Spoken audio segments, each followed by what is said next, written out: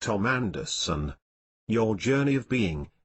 The story of some people. Watch what happens. Associations, energy, commitments. Put yourself first. Intuition, CHOICE. Create your goal. Doing the work. This free version contains the first section of the book. A story of influence. What does it mean? Humans make mistakes. Planted of fear. Reasons reaching through. What's your story? Welcome. Does your life have a design? If you don't know, I'll give you the answer. Yes, it does. However, is it your design or someone else's? You may be fulfilling the purpose of someone else's design of how they want their life to look. You have to know the purpose of your life so you can design your life around that purpose. But how do you design your life if you don't know your purpose? Within the pages of this book, we are going to explore some unique ideas to help you identify your purpose, inspire you, ignite your passion and design the exact life you want to live. My goal is for you to know every moment of every day how to live your most desired life. Have you ever looked around and realized that everything in the world has a design? Take a minute. Everything you see serves a purpose. When you think about the process of design, here are the stages. Identify a need. Figure out what purpose will be served through the unique design. Rough out a plan by identifying what will be necessary in order to match the need with the design. Refine, refine, refine until your design is exactly what you want it to be in order to fulfill the purpose. That's my job, to help you discover your purpose and passionately live that life, by design. Welcome to the ABCs of Success. You are on your journey to having and being anything you want in your life.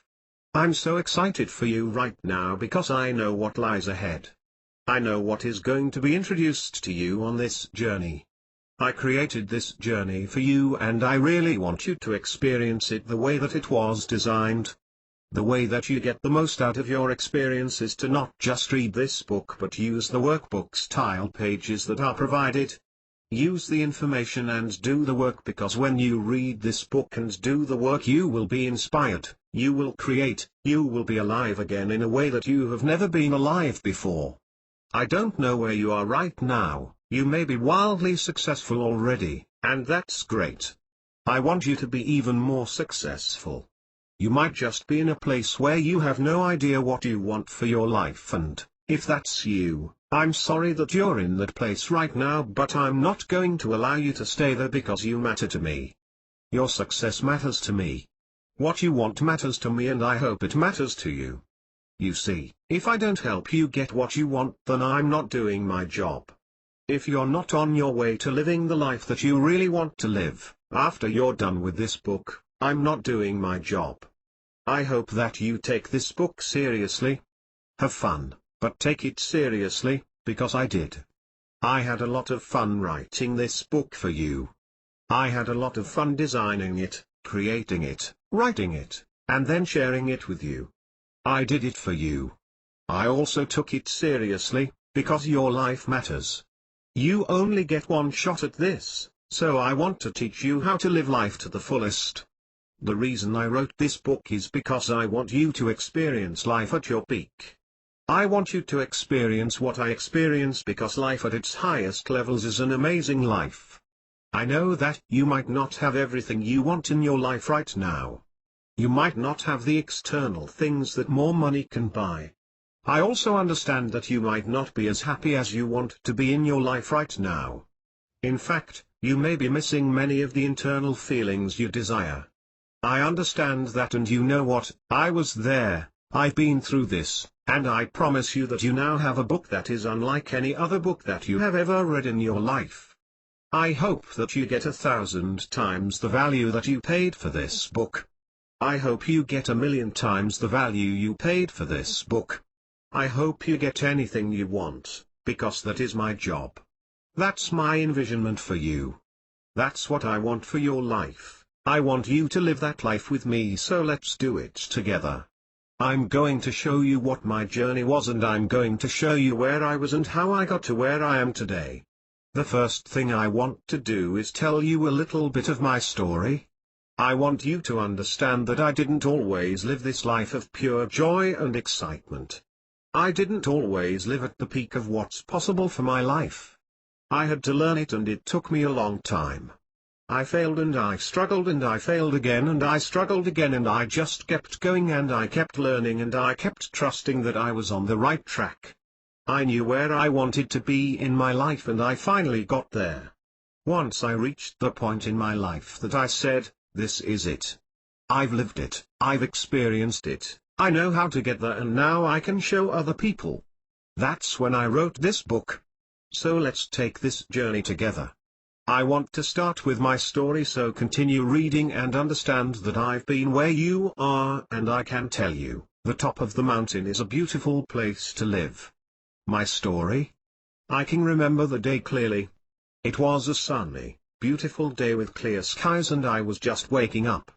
I was tired, uninspired, and felt no real sense of passion or purpose. At this time in my life I was a bartender as my line of work. I really enjoyed the work and being around people who I could talk with, laugh with, and even help at times. However, on this particular day I woke up with this feeling of emptiness and unhappiness. Now, my life was a good one. I had a family, a wife, 2 kids, and a job. I had what most people would consider a good life. Don't get me wrong, I was thankful for what I had and thankful for the blessings that were in my life. Nonetheless, I still felt this emptiness inside. I laid in bed wondering what was missing from my life. From the outside looking in, my life looked like I wanted it to look. I loved being a father, I was doing okay financially, and at that time my life was where I thought it should be. So why was I feeling this emptiness? I realized that I was viewing my life and creating my life from the outside in. I realized that I wanted to have a family, and I wanted to have children, and I wanted to have a comfortable life. I had in fact created the exact life I had envisioned for myself. It was at that moment that I realized what I hadn't done. I never created my life from the inside out. I created my life from the idea that if I wanted to have the family and the children and the house and a comfortable life, that I would need to do what it took to get those things. I had successfully created the life I thought I should have. Now, I did what most people do. I went to school, I was employed, and I made good money, I got married and I had children. What I wanted, I had created. So if I had the life that I wanted and I had done what I needed to do to make it happen, why was I still feeling like something was missing? It was that moment in my life that I realized exactly what I had done. I had created my life, I designed it, I did everything I needed to do to make it happen, but I did it in the exact opposite order that I was supposed to do it in. I had created my life from the outside in, and I should have been creating it from the inside out. On the surface I was a happy guy. I was smiling, I was pretty fulfilled, and I looked like I was a guy who had everything a guy could ask for, a guy who was living a good life. On the inside, however, there was still a void, a really empty void. I wasn't being who I knew I could be. I wasn't living my life for myself. Of course, I needed to be responsible and provide for my family, that goes without saying.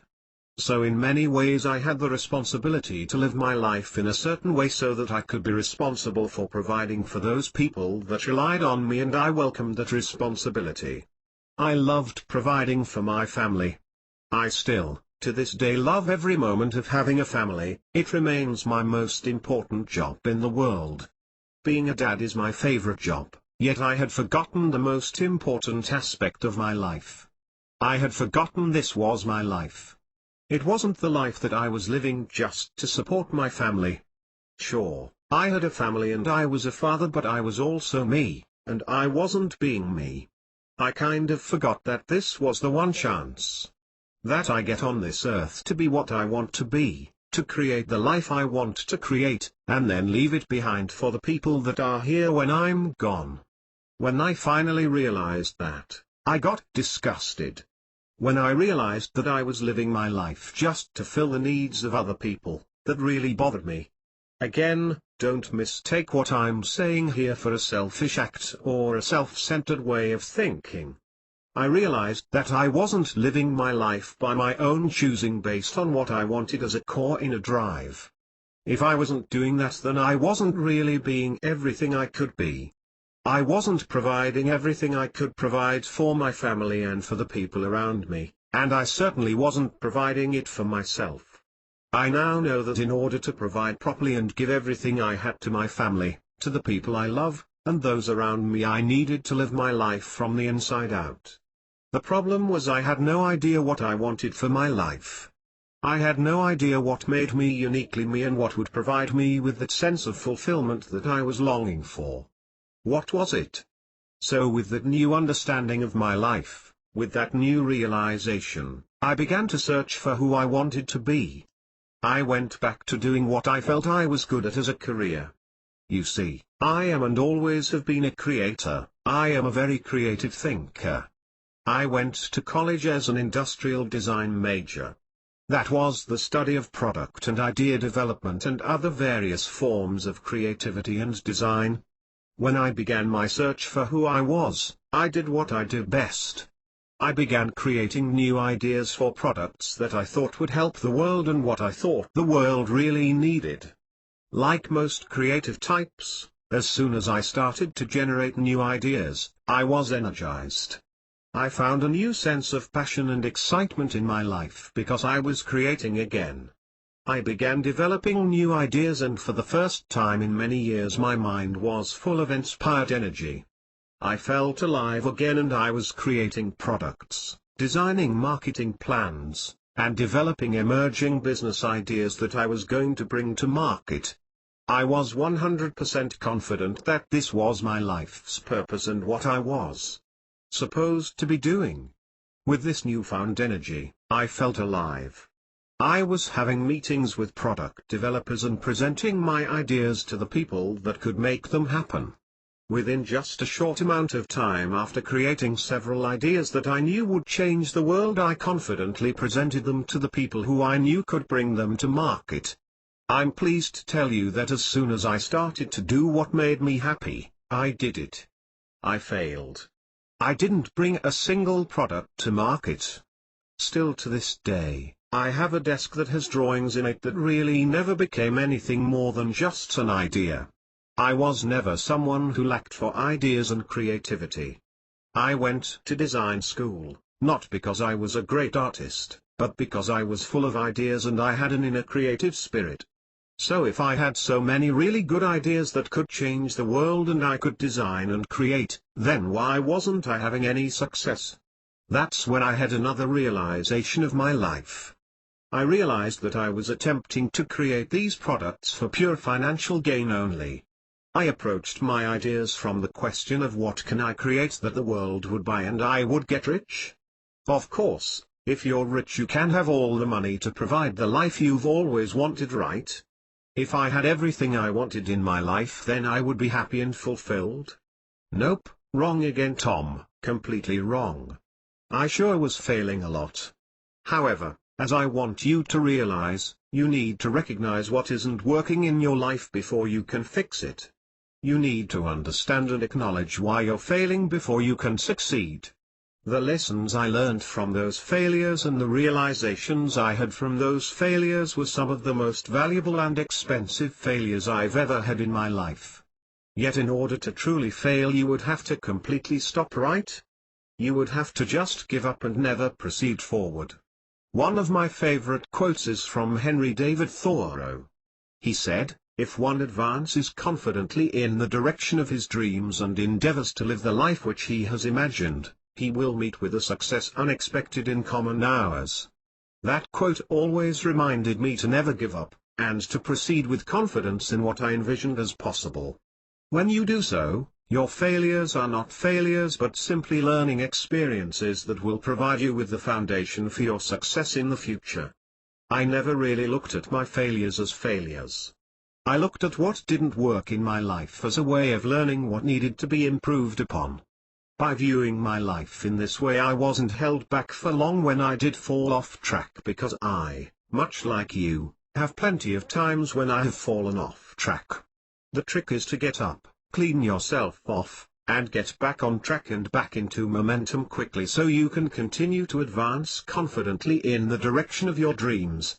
When I began to look at why I had failed to bring my life-changing products to market, something became very clear to me. None of the products that I had designed came from within my heart and my spirit. They were all designed from the outside. I was creating these products in an attempt to create an income that I thought would provide me with the fulfillment that I was longing for in my life. After all, I was being creative, which is what I love to be. I was designing, which is what I love to do.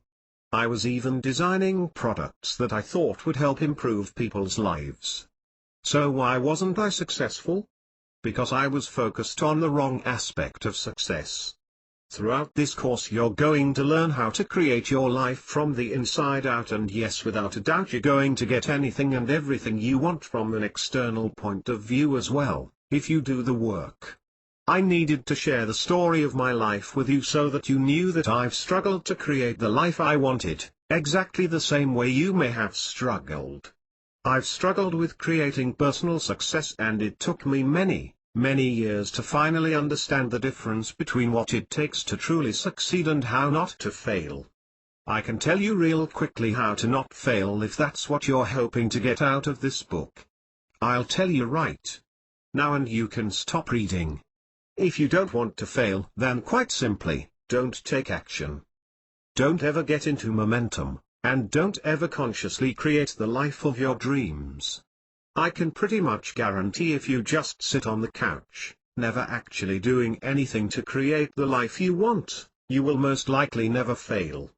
If that was the information you were looking for from this book, then this is the point where you can stop reading and return it. This book is not for you. You can go back to living the life you've always lived. Thank you for your time and your interest in creating the life you want, and I wish you all the best. However, if you are ready and willing to do what it takes to succeed, keep reading. For the committed people.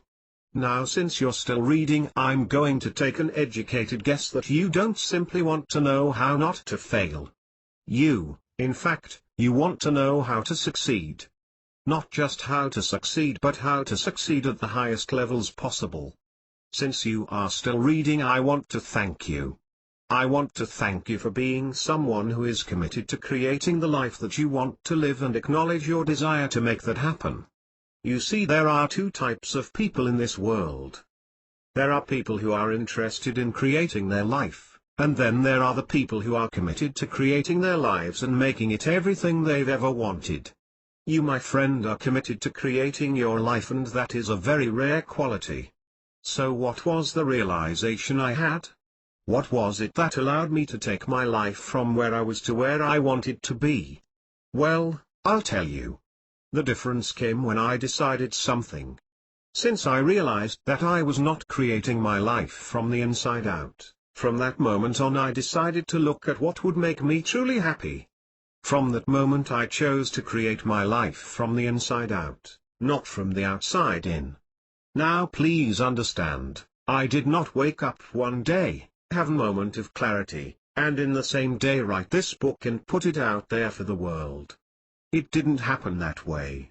There's a long period of about 10 years in between when I first started telling you that story and now when I'm writing this book. I don't remember where I heard it, but somewhere along the way in my life I heard someone say that it takes about 10 years of hard work to become an overnight success. I wish I could remember who told me that, because I'd like to thank them for that wisdom, which, at the time, I really didn't understand, but now that statement is perfectly clear to me. I'm not here to give you some false hope that when you finish this book that you will somehow magically have the life you've always wanted. I'm not that guy. I'm not that person who is going to fill your head with false helps of get rich quick in setting up an automated system to your success. Now, I'm not saying that those people can't teach you how to do that. What I'm telling you is that this book isn't even about success from a financial standpoint, so to speak. Although the principles and the skills and the tools you learn in this course can in fact be used to create a life of extreme wealth. I want something more for you. I want you to feel a sense of fulfillment and gratefulness in your life that money can't provide. If you brought with you to this book, I want to get rich, and that's all that's important to you, then this probably isn't the right book for you. I want to show you how to create a life of wealth from the inside out, a life where no matter what you do and don't have, you are completely fulfilled. Once you have that, you can go on and learn how to create financial success. Now don't get me wrong, I want you to be wealthy if you want to be wealthy. However, I designed this book, in its entirety, from the belief that you want a life of purpose and passion. Once I teach you how to live a life of purpose and passion, with a vision for everything you want in your life, then we can talk about how to get wealthy, using that purpose and using that passion if you want to. For now, just know this. Before we begin, I want you to bring with you to this book anything you want. Yes, you can bring "I want to get rich," that's okay, bring it with you no matter what it is. If you have an internal desire to be happier, or healthier, or more loving, or more compassionate, bring that with you too. Maybe you have an external desire. Is it a brand new car, a house, a boat, lavish vacations? Whatever you want, I'll show you how to get it, so bring it. Bring what you want to this time we have together, and most of all be here while you're reading this book. Be 100% present while you are reading and participate in the activities. We are going to do activities in this book that are going to help you to get your mind right, and then ultimately at the end, you are going to see exactly where your life is going. By the time you finish this book, you're going to know exactly how to get where you want to be in life. But if you don't do the work, well then, nothing's going to change. Do you have something that you want in your life? Are you ready to do the work, and do you have the desire to make your life exactly what you want it to be? Do you want to live your life with no excuses while letting nothing and no one hold you back? If you said yes, then we can get started. Let's get it started. So this section of the book is called The Books of Success. I designed this section as a way of helping you learn how to achieve goals in your life. You may have done some goal-setting work in the past. You may have taken some goal-setting courses, or you may have even taken a lot of self-development courses in the past. If that's the case, well then I invite you to really participate in this section anyway. Typically, no matter how much you know, there is something within a book that will give you a new perspective on life. If you get one thing out of this section of the book that you have never gotten before, well great, that might be the very thing that you need to take your life to the next level. The reason I really wanted to create the Books of Success is because if I can teach you and you can learn how to achieve one goal, just one thing in your life that you really want, then you can learn how to create any goal and how to achieve anything you want in your life. My goal for you in the Books of Success section is to learn how to achieve a single goal. However, my vision for you, at the end of the entire book, is to show you a literal roadmap of how you can create the life that you want, no matter what it is. There's a place where you are right now and a place where you want to be. I'm going to show you how to get where you want to be. No traditional education anywhere in the world does that.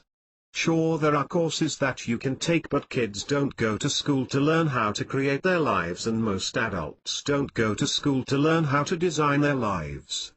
Even most colleges don't teach you how to identify your purpose and your passion in life. I'm going to ask that you don't be most people. Most people just go to school, hopefully get a good job, and maybe years and years later they might even retire. That's sort of the path that everyone's following. There's a leader or someone that says, "Follow me, I can show you how to live a good life and how to hopefully retire someday so that you can spend a few years doing what you want to do." Retire? Aren't people already tired of what they're doing? Being tired all over again doesn't sound like much fun to me as far as a life. How about doing exactly what you want to do your entire life, working on exactly what it is that you want to work on, and reawakening in your life again? Most people give up on their goals at a pretty early point in their life. Now, call it getting older, responsibility, Life gets in the way or whatever other excuse you may have used. However, when did life become just about earning money from something in order to make it worthwhile? The reality of igniting the passion of life is that when you find your purpose, you do it whether you make money or not. Yes, ideally you can turn your passion into a career. Nonetheless, would you sacrifice a daily life of happiness just because you weren't being paid for doing what makes you truly happy? Most people do. It's an unfortunate way of life. I don't want that for you. I want you to live an amazing life. I want you to know that anything you want for your life is possible. Living a life that you want is more possible today than it's ever been, ever in the history of the world. We have the technology today and books like this one that can teach you how to live any style of life that you want. So don't be most people. Don't give up on your goals. Don't give up on your dreams and what you thought was possible when you were a kid. Don't give up on your happiness just because you haven't yet found a way to earn an income from it. When somebody asked you what you wanted to be, as a kid, I bet you didn't say, "I want to be employed in a job I don't like." That's not what kids say. They give you an answer based on what they believe will make them happy in life. So here's what I'm going to ask you to do. I'm going to ask you to trust me. Trust me and trust this process. What is the very worst thing that can happen if you read this entire book and you spend some of your time learning what I'm going to teach you? The worst thing that can happen is nothing changes. You'll still have enough to eat, I hope. You'll still have shelter, I hope. You'll still have access to water, I hope. You'll still be able to sleep, I hope. You see, those are the basic needs that you need in your life. Now, I hope that you have all of those things right now, but I'm not here to provide you with what you need. I'm here to provide you with the knowledge of how to get what you want. So trust me and trust this process, because the best thing that can happen is that you do this work, you take the information you read, you put it into action, and you create the exact life that you want to live. Your life probably won't take a drastic turn after you finish this book. Life may not even be that different the next day, maybe not the week, the month, or year after that, but at some point I want you to live the life that you want to live. Are you going to do that doing what you're doing right now? I'd have to guess that the answer is no. Is everything you could envision for yourself possible by doing what you're doing right now based on the way you are designing your life? Answer that question honestly. If the answer is no, then you should get excited. This book is going to teach you what you need to know in order to create the life you want. So participate. Do what I'm going to ask you to do in this book. Use it, use this information, use my time, use my passion, and my enthusiasm for doing what I do, which is to help you. Wake up. You have a life to live. Each and every day should be filled with passion and purpose. Did you forget that somewhere along the way? Now listen, you might mess up, you might fail, you might fall completely flat on your face, maybe even get bloody or break a bone. I hope not. I hope with everything I have that none of those things happen to you. I can pretty much guarantee if you are going to just sit on the couch and not do anything, then you probably won't fail. I want you to understand something though, you might mess up. When you're creating your life, you might make things worse before they get better. You're learning. Your entire life, when you learned how to do something, you messed up in the beginning, you didn't do it perfectly, so mess up but don't give up. Your life is your journey. Enjoy the process. Enjoy the journey. Don't spend so much time focused on where you want to be that you forget that you're here right now learning how to design your life. This is your life. Wake up and live in this moment. Don't reinvent the wheel. Now, you could go out right now and for the next 10 years do what I did. You could read book after book on success, you could watch hours and hours of video, take personal development courses, listen to audios, go to live seminars. You can spend the next 10 years doing what I've spent the last 10 years doing. But why would you do that? I've done that for you. I've done that work. Learn from my mistakes. Learn from my successes.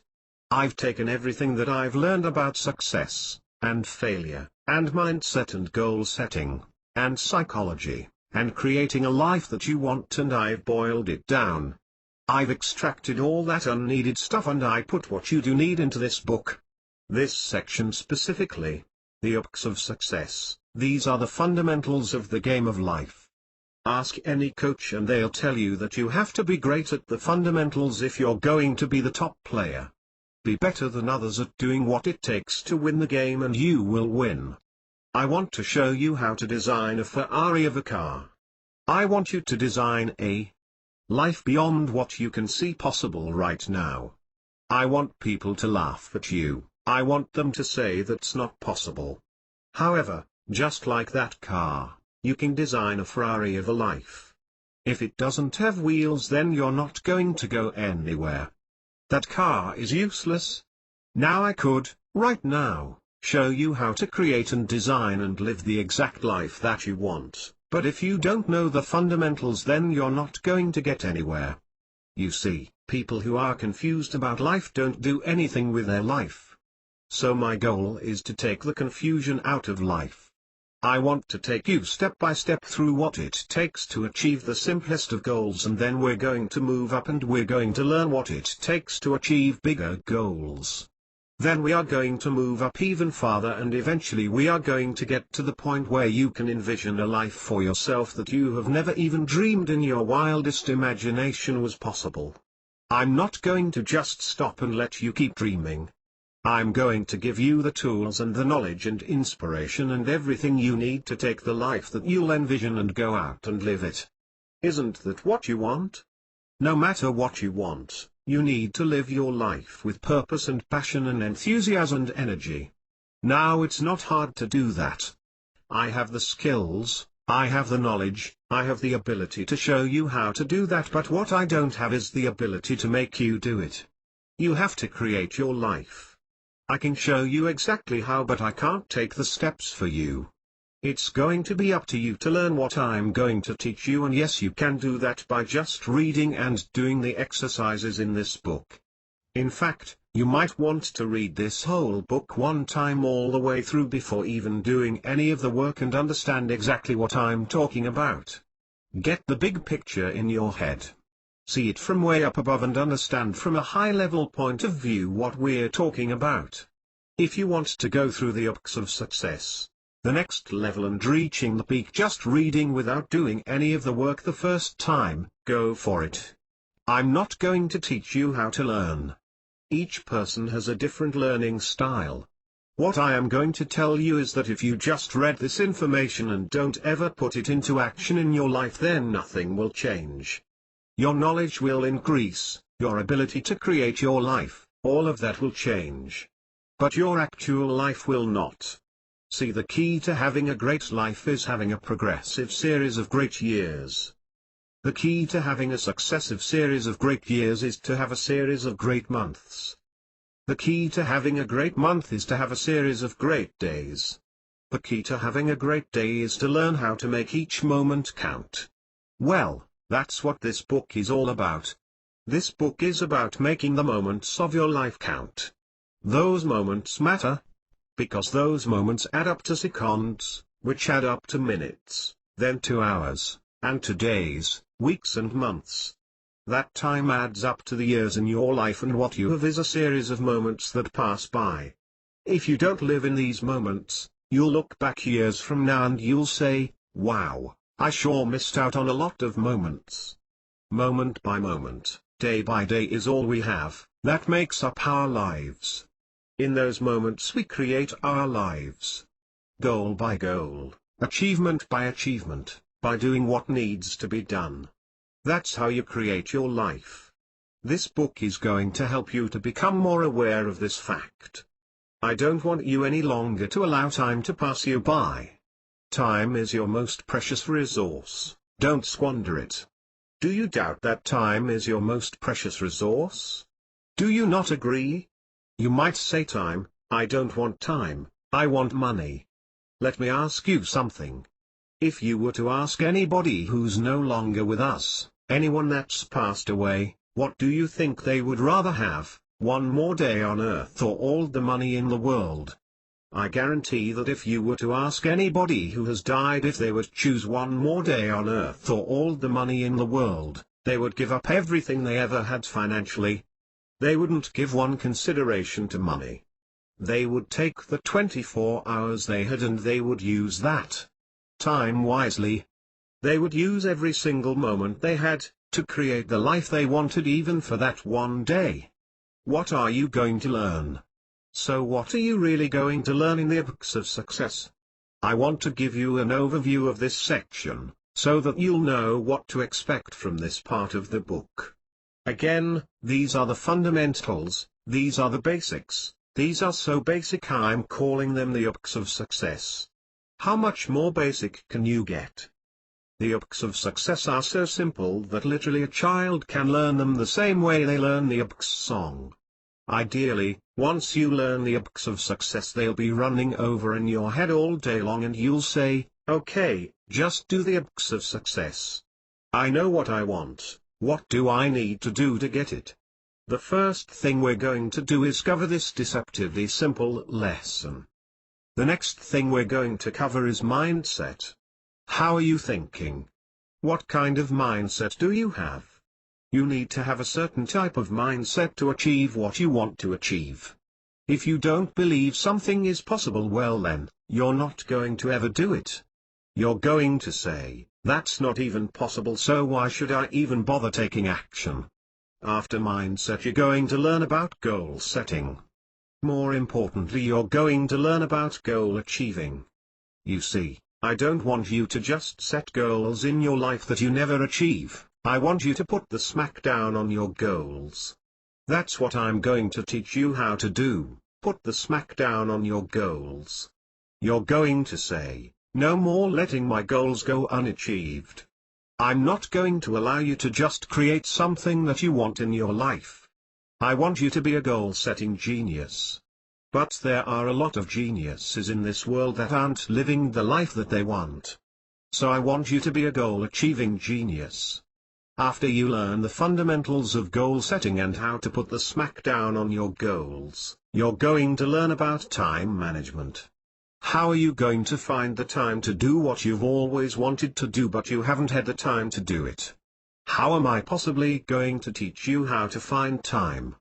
Now listen, I understand, I'm a busy guy. I have 5 kids and those kids keep me busy. Trust me, I understand we are busy in our lives, but that doesn't give you the right to not live the life that you want. It's your life, it's not just your kids' life. You are in your kids' lives and they are in your life, but they are not your entire life. Yes, I want them to be an integral part of your life. Put everything you have into being the best parent you can be, if you have kids. If you don't have kids, well, all the more power to you, you have more available time. You might be very, very busy, I'm not taking that away from you. No matter what your situation is, I'm never going to allow you to use time as an excuse ever again. After time management we're going to talk about your associations. Your associations are who you associate within your life and how those associations are affecting your ability to create the life you want, and more importantly, just how those associations are stopping you from achieving, sometimes, the simplest goals in your life. Right after that we're going to talk about energy. What are you doing in your life right now that's draining your energy? We're going to identify those things and then we're also going to identify how you can produce energy. You need to have energy if you're going to achieve your goals. So if you're doing everything in your life to reduce your energy, are you going to have what it takes to achieve your goals? You're not. So we're going to teach you how to generate energy. Then we're going to talk about what to expect.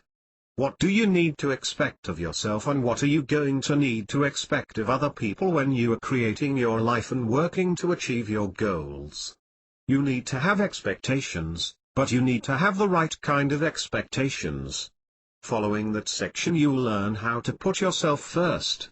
It is not selfish to put yourself first when you create your life. When you take time for yourself, you make everything around you better. You make the lives of the people around you better by putting yourself first. So stop putting yourself off, stop making you insignificant. You matter, what you do matters.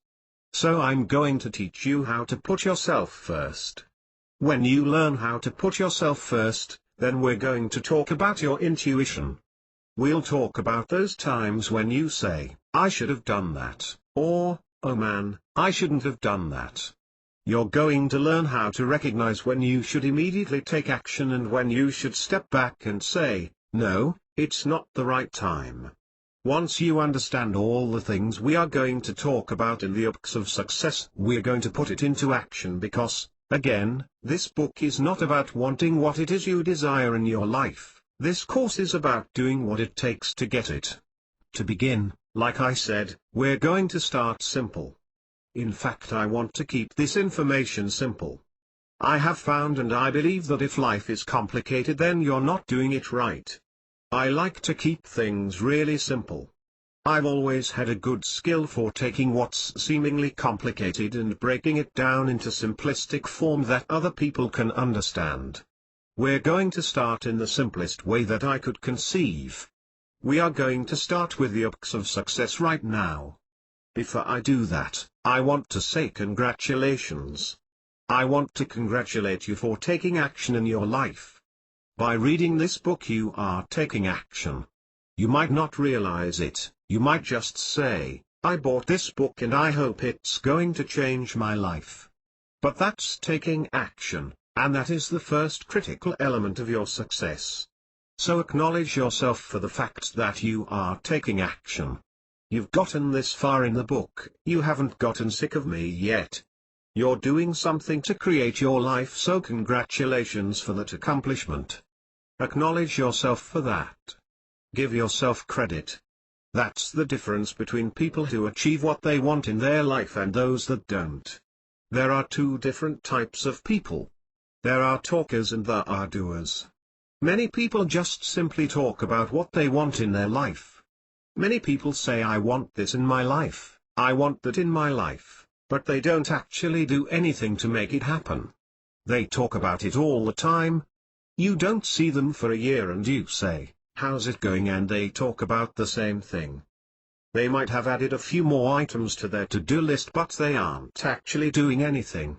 They're not changing their lives, they're not taking action, and they're not being a doer. I'm going to ask you from this point on in your life, if you have been a talker, to be a doer. Make the choice. Choose to be in action. Choose to do the things that it takes to create your life. No more excuses. Taking action is the absolute first key to your success. Change in life happens at the level of action. If you don't ever spark the match, can you create fire? Yes, I get it. You can rub sticks together, but you're still taking action when you're rubbing the sticks together. If there's no spark, there's no fire. So what you need is that spark. If you have that spark within you right now, even if you didn't have it before, and right now you have it, that's what I need from you. That spark is what you need to create in the Books of Success. The Books of Success. You must take action. You must take action on what you want in your life. Now here are some examples. A lot of people say, I want to lose weight, but they don't actually take any action to lose weight. Some people say, I want to make more money, but they don't ever take any action to make more money. A lot of people say, I want to be a better parent, but they don't ever take any action to be a better parent. You can want everything in your life, but unless you do what it takes, you're not going to have it. So if you want to lose weight, you have to plan an exercise routine. You have to plan a nutrition routine. You have to plan. But don't get stuck in planning mode. Plan what you're going to do and then take action. If your goal is to earn more money, you have to choose what you are going to do to earn more money, and then you have to go out and you have to do it. No matter what you want to do, Planning is a major key to your success, and planning is the start of taking action. Planning is an action. But a lot of people get stuck in what's known as analysis paralysis. They analyze what they have to do to make their life what they want, and they just think about it. They don't actually do anything. Yes, planning is a very important first action, but actually doing what you plan on doing is much more important. I'm going to say, if you don't have a plan but you take action, it's better than if you have a plan but don't take action. Now, of course, you've probably heard before, if you fail to have a plan, you're planning to fail.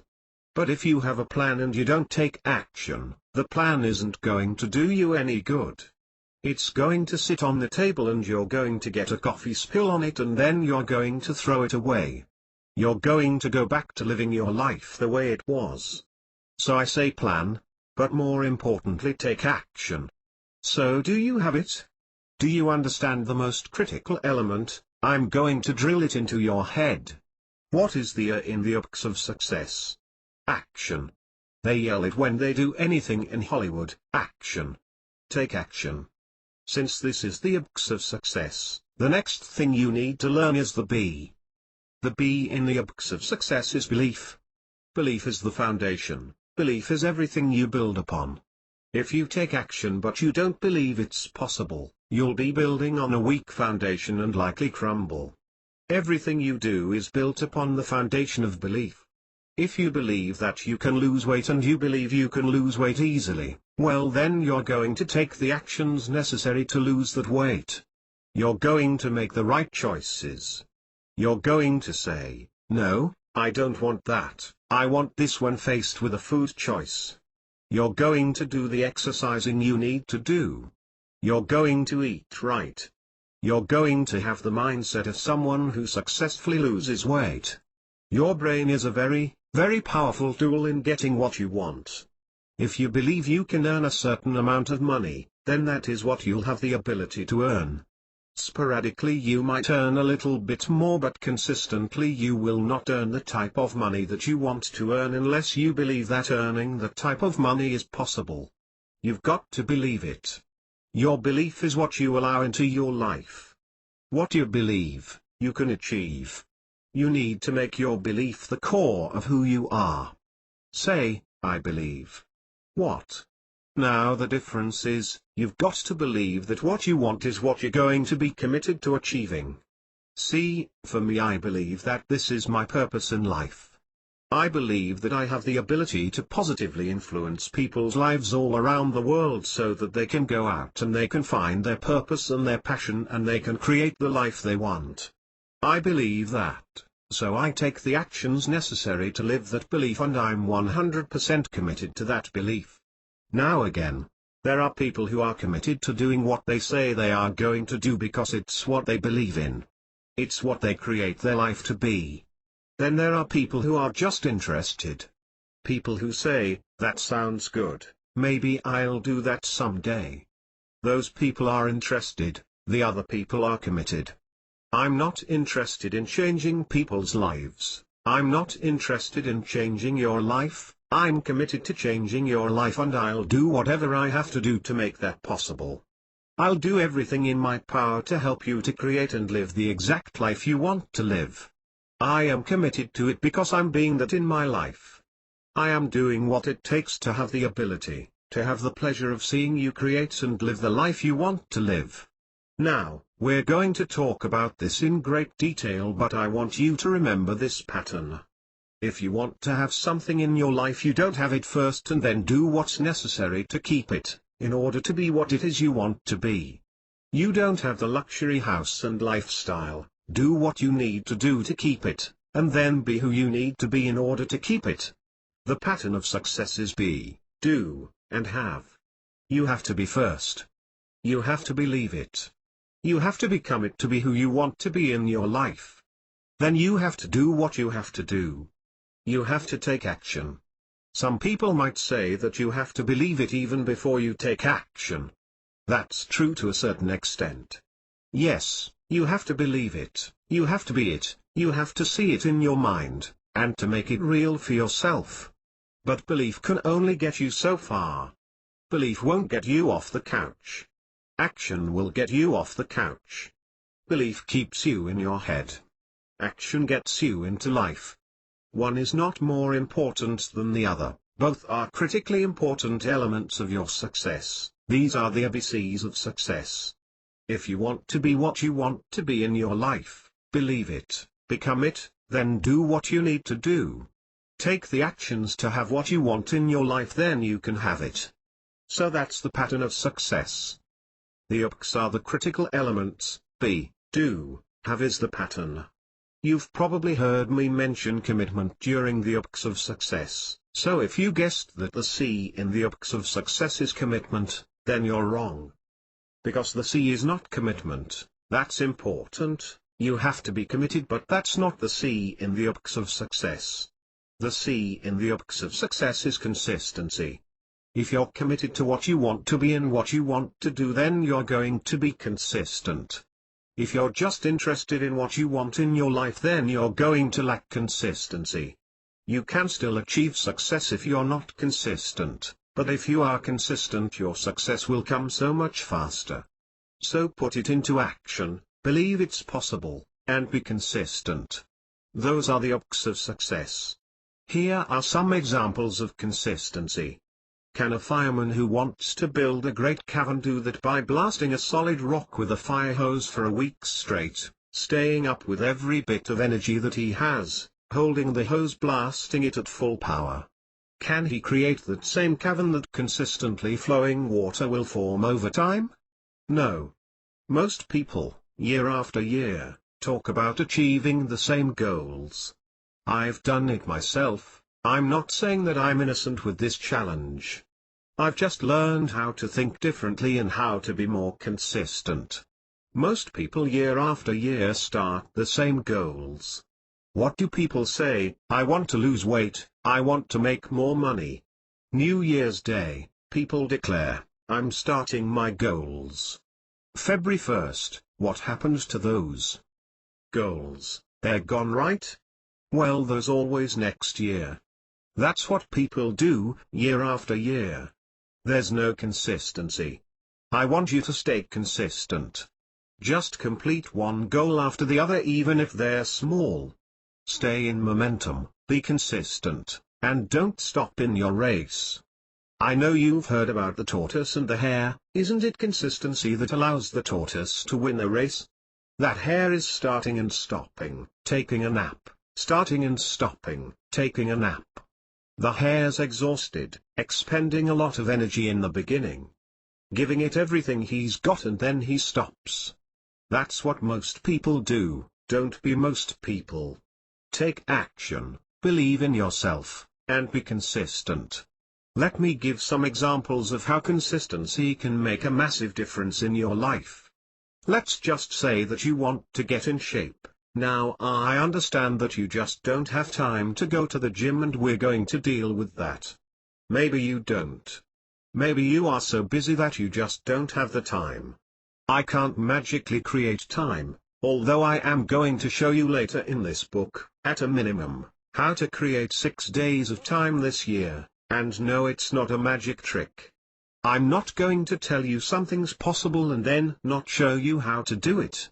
I'm going to show you how to create 6 days of time in your life this year.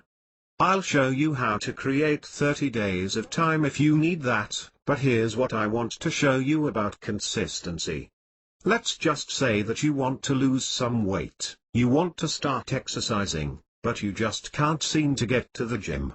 Well, what if you just said, I'm going to do 30 push-ups every single day? Could you hit the floor right now and do 30 push-ups in an hour?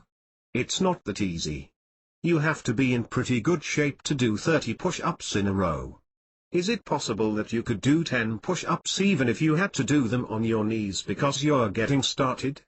Even if they aren't perfect, we're not talking about perfect here, we're talking about taking action. Let's just say you're going to do 10 push-ups, but you're going to do that 3 times a day. Maybe before you have breakfast you're going to do 10 push-ups. Before you have lunch you're going to do 10 push-ups. Before you have dinner you're going to do 10 more push-ups. You're going to get your energy flowing, and that will help you burn off more calories. So with your goal of losing weight, you're going to help yourself by doing little things to help you achieve that goal. So you decide that you're going to do 30 push-ups every single day this year. I'm not saying it's easy, but it is simple.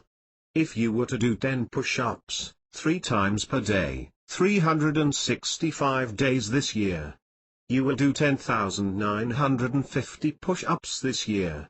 Now, if you don't do any push-ups right now, do you think that will make a difference in how you feel and look and in your strength? You had better believe it will. And how long does it take you to do 10 push-ups? 20 seconds? Are you telling me that you can't find 1 minute, 20 seconds in the morning, 20 seconds in the afternoon, and 20 seconds in the evening to do 10 push-ups at a time? 1 minute out of the 24 hours you have in your day to do 10,950 push-ups this year. Come on now, you're just making excuses. How about increasing your knowledge? Most people don't read any books after they leave school. So let's just say again, you are going to read 10 pages in the morning, 10 pages in the afternoon, and 10 pages at night. Could you read 10 pages when you wake up in the morning? I know you're busy, but isn't it possible to read 10 pages when you wake up in the morning? You jump into your book to wake up your mind. How about in the afternoon, you take your lunch break, take your book with you, and read 10 more pages? It doesn't have to be at the same time, but read 10 pages in the afternoon. In the evening before you go to bed, instead of watching television, read something to help your mind calm down from the day. If you read 10 pages 3 times a day, you read 30 pages a day. If you're going to do that every single day and you do that for a week, you read 110 pages in a week. There are a lot of success books out there. There are a lot of books that teach you exactly what it is that you need to learn to be able to do what you need to do to create the life you want to live. So if you read 210 pages per week, you're reading a book a week. If you read a book per week, you're reading 52 books this year. 52 books, are you kidding me? Most people don't read more than 3 books for their entire adult life. Do you know how many pages that is in a year? That's 10,950 pages of knowledge that would be going into your head and helping you to create the life you want to create. Now do you see how consistency is really, really powerful? The success equation is action, plus belief, plus consistency, equals success. So what do you want to do? What do you want to do more consistently this year that will move you forward towards achieving the life that you want to live? Just achieve a simple goal that you haven't done yet. Put it into the success equation. What action are you going to take and how consistently are you going to do it? Do the math and that'll equal your success. Remember the success equation: action, plus belief, plus consistency, equals success. Mindset. I told you after we learned the books of success, which I hope that you understand now, we were going to talk about your mindset. We talked a little bit about belief. Belief is incredibly important, but what is your mindset? Your mindset is your beliefs. Your mindset is what you believe can happen. Your mindset is your foundation of your beliefs. If you don't believe you can build something, you'll never get it off the ground. So your beliefs, your mindset, are your thoughts.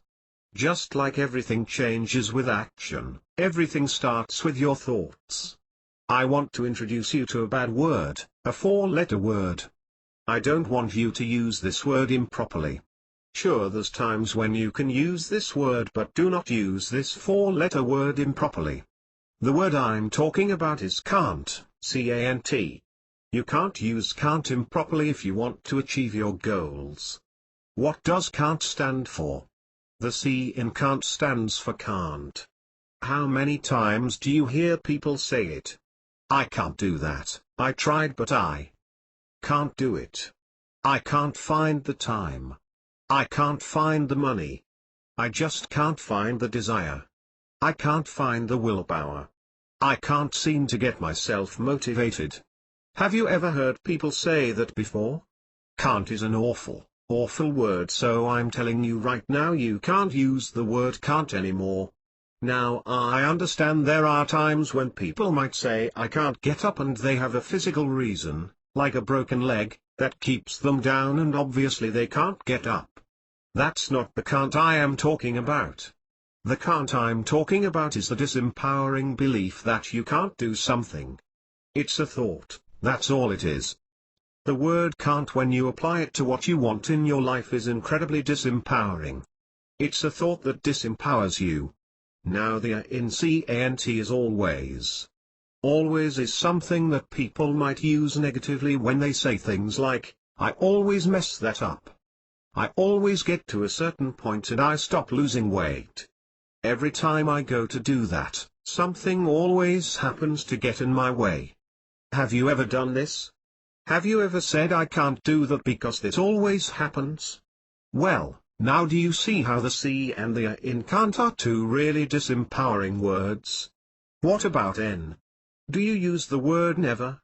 I can't do it because this always happens and that never happens. I can never find the time. I never have any energy. I never have any money. I never lose weight. They never do that for me. Never, never, never. It's another horrible word. Can't, always, never. They are three horrible, horrible words that people use all the time, and what are they? They are your thoughts, that's all they are. They are only a thought that you put into words, and when you put those thoughts into words you make them real. You put that into your belief system. What about the T? I'm trying to quit smoking. I'm trying to lose weight. I'm trying to start this business so I can make some more money. I'm trying to save enough money so we can buy that new car. Trying? Ah. You serious? You're trying to do something? What is trying? Trying is not committing. Trying means that you're interested. If you say you are trying to build a business, you are interested in building a business. If you say you are trying to quit smoking, you're interested in quitting smoking. If you're trying to lose weight, you're interested in it. But you're not committed to it. You're trying. So if you mess up, if you fail, if you give up and stop completely, that's okay, you were just trying, right? You never actually said you were going to do it, you're just trying. Do you see how those four words, can't, always, never, and try, start out as thoughts in your head and then they become real because you say them, you declare them and you bring them into existence. When you use those words you solidify your foundational belief system. You say I can't do this, I always do that, I never do this, I'm trying to do that. It doesn't get done because you are not committed. You've got to be committed. Please don't say that horrible four-letter word, especially in front of kids. Now that you understand the word can't, I'm going to introduce you to two really enormous words. These are enormously powerful words. These are probably the most powerful words in the English language. If you learn how to say them and how to use these words properly in your everyday vocabulary, you will become committed. You will begin to create your life. You will begin to do the things that you need to do because your thoughts, based on these two words, will solidify a belief system of confidence within you. Now get a pen and a piece of paper because you're going to have to write these down in order to really get it.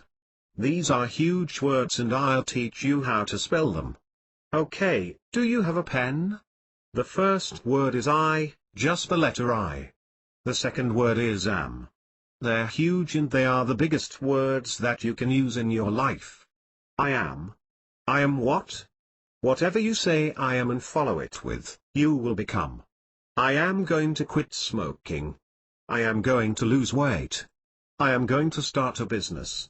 I am going to do whatever it takes to create the life I want and live that life in this moment.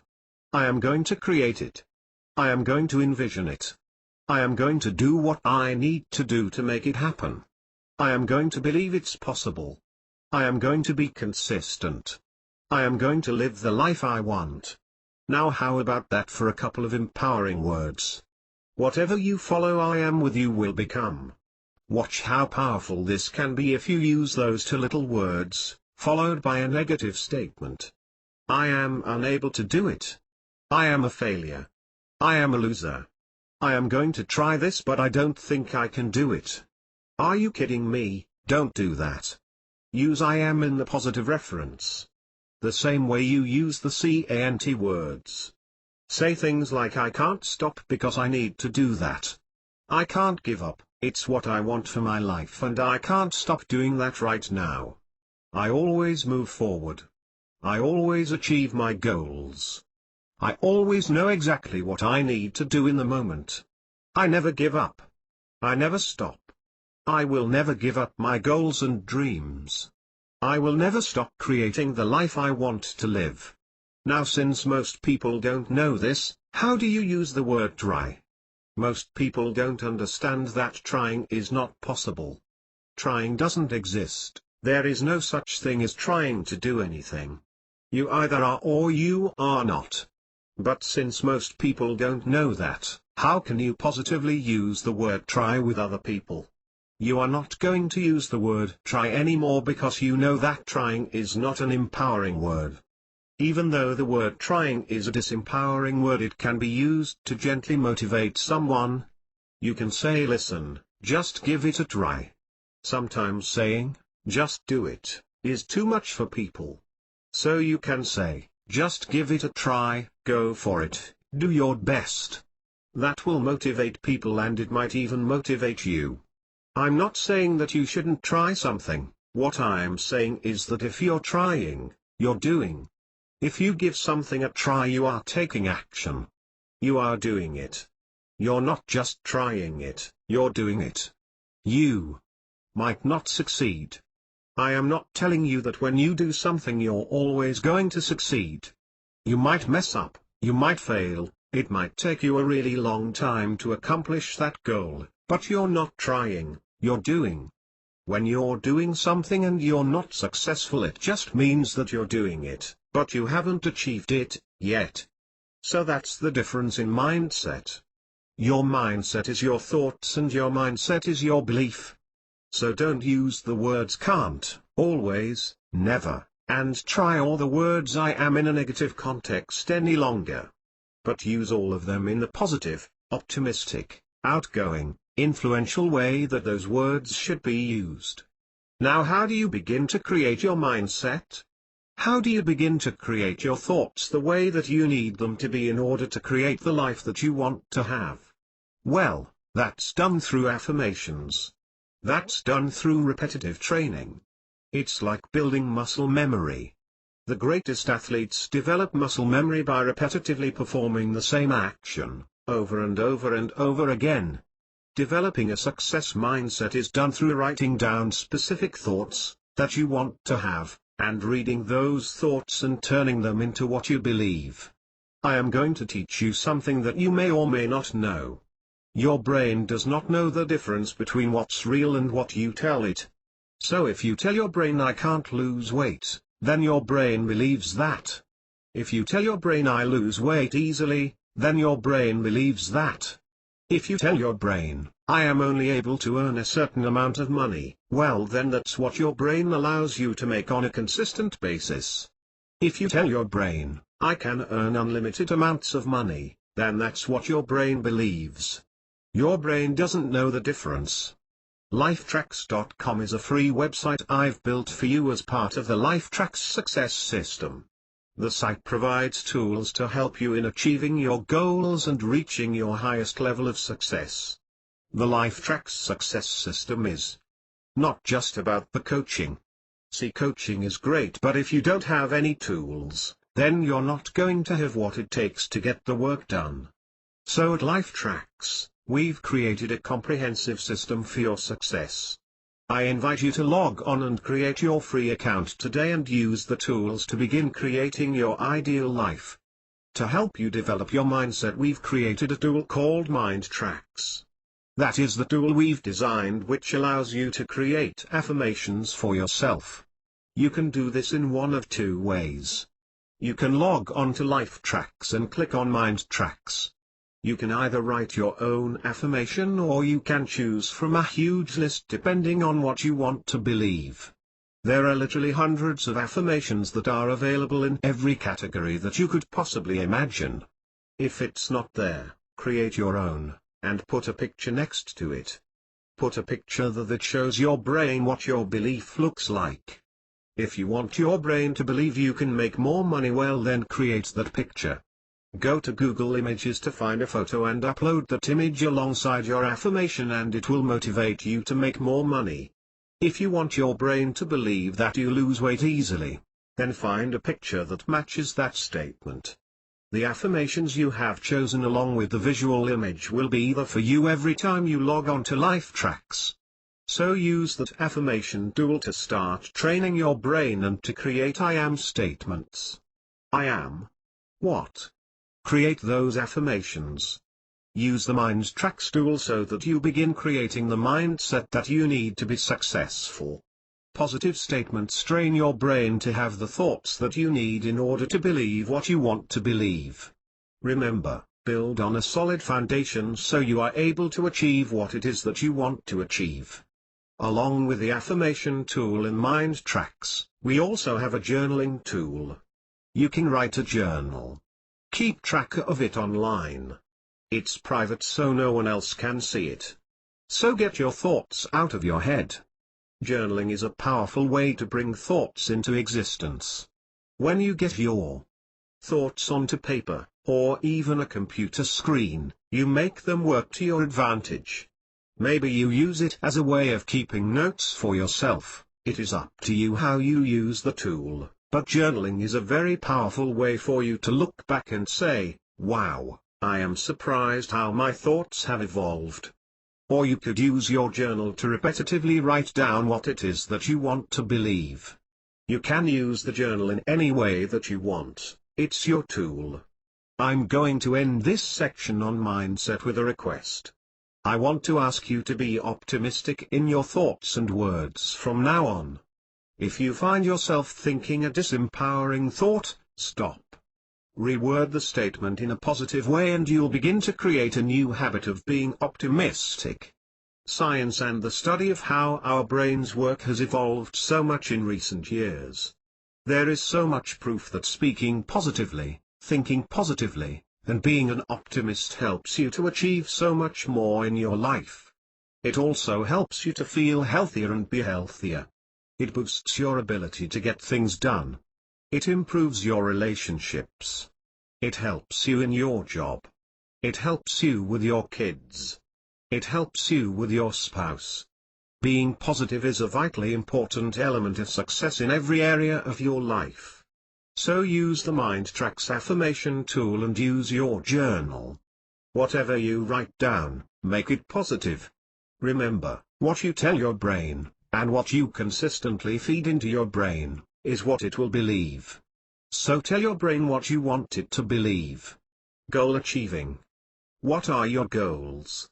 Your goals are something that you want to be, do, or have in your life.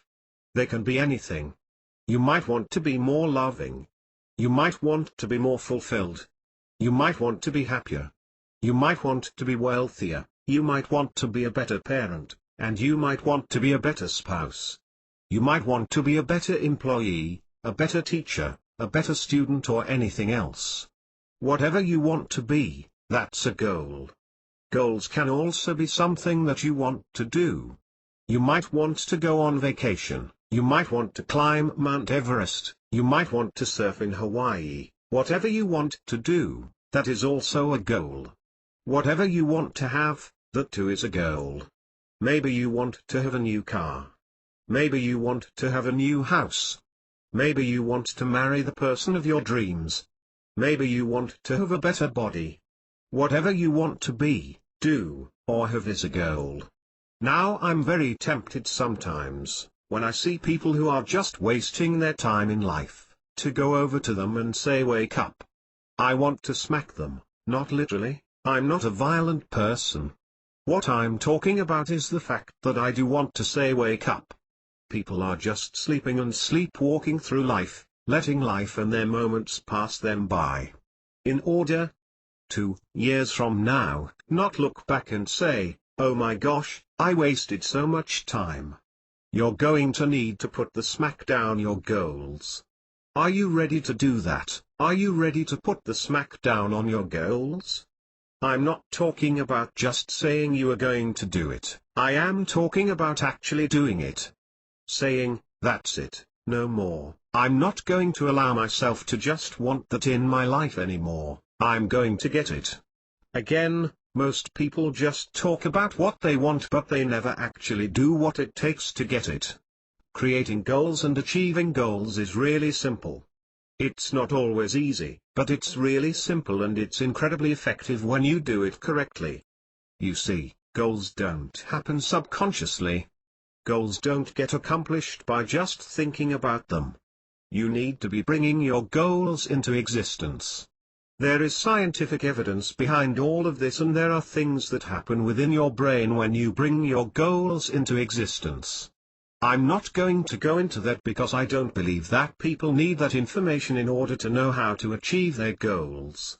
I want you to have the wheels on that Ferrari of a life you are going to build. I don't want you to have all the knowledge of how to build the most perfect car in the world and then not know how to put the wheels on. It doesn't make any sense. So when you put the smack down on your goals, you're going to do it in this way. You're going to really be specific. You're going to be motivated. You're going to be achieving. You're going to be committed, and you are going to keep going. Keep going. No matter what your goals are, put the smack down. Say, "No more quitting." Be specific. Be motivated.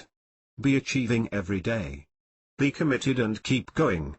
Now, if you haven't put two and two together, obviously, specific, motivating, achieving, committed, and keep going are the first letters that spell smack, so yes, I'm talking smack to you. I hope you enjoy some smack talking because that's what we are going to do now. Let's talk SMACK. Creating your goals consciously by writing them down allows two things to happen. First, your mind immediately begins to calculate what it needs to do in order to make that goal happen. Your brain is really powerful in that way. The second thing that happens is the universe begins to align what it needs to align in order for you to have that in your life. The first part happens in your brain very quickly. When you're specific about what you want, your brain says, "Okay, I know exactly what I need to do." It calculates it, down to the very last detail. The more specific you are, the more power your brain uses to make that goal a reality. That happens instantaneously. As soon as you say, "That's what I want," your brain says, "Okay, I'm awake, I'm ready to make it happen, let's do it." And you get excited about that. You say, "Yeah, that's what I want," and then your brain says, "How are you going to do it?" And you say, "I don't know." You can't do that. You have to be specific. You have to know what you want and also how you're going to get it. You have to write it down. Now we have another free tool at lifetracks.com for you. Combining this coaching and the tools will help you succeed. The tool we created that will help you put the smack down on your goals is Goal Tracks. In your Goal Tracks tool at lifetracks.com you'll see that you can create a specific goal by writing down specifically what you are going to do. When you do that, those two things happen. Your brain begins to say, "Okay, got it," calculating and figuring out how to make it happen. The second thing that happens is the universe says, "Ooh, look at this, somebody woke up, somebody knows exactly what they want for their life. I like that kind of person. I like people who know what they want, I'm going to help him get it." However, the universe is a much bigger space than your brain, so the universe has a lot more to align. People often forget something very important, and this is the problem I have with the traditional law of attraction type of thinking. When people learn the typically taught law of attraction, Many times people put so much emphasis on the belief that they forget that you have to take action and you have to give enough time for the universe to align what has to happen. Think about all the things that would have to align in order for the universe to create the situations that it wants to create for you to make your plan a reality. Think about all the people, all the things, all the situations and everything that has to occur simultaneously. The universe is working on that all at the same time, and you're moving forward as you're creating your goals. As you are taking steps and you're making things happen, at the same time the universe is saying, all right. He's still going, he's making it happen, I'm lining it all up and we have everything in sync, we know exactly what's going to collide at the same time.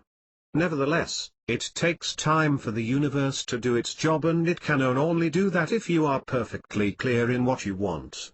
You have to be specific. Now what do I mean by that? Some examples of being specific would be saying, I'm going to lose 20 pounds in 6 months. Not being specific is when somebody says, I want to lose weight.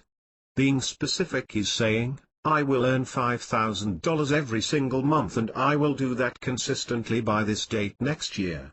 It's not, I want to make more money. Being specific is saying, in order to grow my business I will make 10 networking calls every day for a month. It's not, I want to grow my business. Do you see the difference? There's generalizing and there's specific. In order for you to start putting the smack down on your goals, you need to be specific. If you're not specific, you don't give your brain and the universe an exact point where they need to end up. You don't have a specific arrival point. Your brain and the universe need that in order to get you what you want. Your brain and the universe want you to have it, but if you're not specific they get confused, and what do confused people and things do? Nothing. So be specific. What exactly do you want? If you want to, go to Goal Tracks right now and write down specifically what you want. Maybe it's what you brought to this book as your desire. You need to be specific in the steps that you're going to take. What's the first step in losing 20 pounds? The first step is losing 1 pound, so make that a step. The next step is also losing 1 pound. If you continue those same 1 pound steps 10 times, you have lost 10 pounds. Then continue the steps until you have the number of pounds that you want to lose, in this case, 20 pounds. Each time you lose a pound you can mark it as completed. You can do that in 5 pound increments if you have a lot of weight to lose. That was just an example. What are you going to do to accomplish that goal? I'm going to exercise when I wake up in the morning. I'm going to drink more water. I'm going to keep track of what I eat in food tracks. Write it all down. What are your specific steps that you're going to do in order to have and achieve what you want to achieve? You can use the same process for any goal that you set. Now the M in smack. When you are going to put the smack down on your goal, you need to be motivated. The thing that motivates you more than anything else in the world is your reason why you want to do something. If you don't have a strong reason why, you probably won't achieve your goals, and here's why. You have to want something so badly in your life that you get to the point where you say, I cannot stand not having this in my life anymore. Let me tell you exactly why I created the LifeTrax success system. It took a long time, it took a lot of energy, it took money, it took commitment, it took integrity, it took focus, it took a lot of things that are a challenge, but I embraced those challenges. I woke up one day, and I realized something. I realized that someday, hopefully many years from now, I'm not going to be here anymore. On the day that I die, I'm going to take with me what's in my head. I realized that, God forbid, if that happens sooner rather than later, the information that I have in my head would not be left behind for my children or anyone else. That scared me. That realization, that reason why, got me motivated. I'm telling you, the thought of leaving this earth without leaving this information for my children was terrifying to me. It was more motivating than anything else I've ever done in my life. I also realized it wasn't just for my children, it was for you and your children and their children. See, I believed that I could create a system that could change the world. I believed I could influence the people around the globe to start taking action and creating the life they want to live, and to me that vision was extraordinary. I knew I could influence people I've never met before all around the world, and my influence on them would cause a chain reaction. I also knew that if I influenced them to take actions that made the lives of their families better, then I was influencing even more people. Then if those people went and influenced more people, then I am influencing more people. I started to see my positive influence happening all around the world, but I had to do something. I had to create the system, so that was my specific goal. Create a system that would teach people how to design and live the life they want to live, step by step, moment by moment, goal by goal. I was motivated by my why. My biggest why was because if I didn't do this, I felt like I was cheating my children. I would tell my children, anything is possible. Nevertheless, I needed to provide a way to teach my children how to design their lives before I lost the ability to do it personally for some unforeseen reason. My why continues to motivate me every day. Me, wanting a better life not only for myself and my children, but me wanting a better life for you and your children and their children. That motivates me. So motivate yourself with a strong reason why. Now the is achieving. You need to be achieving steps along the way. You wrote them down. You said specifically what you want to do. You may have created a step like, lose 1 pound, and you continued adding in that step for as many pounds as you want to lose. You now have a specific, motivating goal that you can see you are achieving. You will achieve those steps consistently. When you're achieving those steps, mark them off. Check them off your list. You can check off each step in goal tracks. When you check off the steps on your list, by taking the specific actions you need to take, that will continue to motivate you. Now be committed. I don't want you to be interested in creating your life. I don't want you to be interested in achieving your goals. I want you to be committed.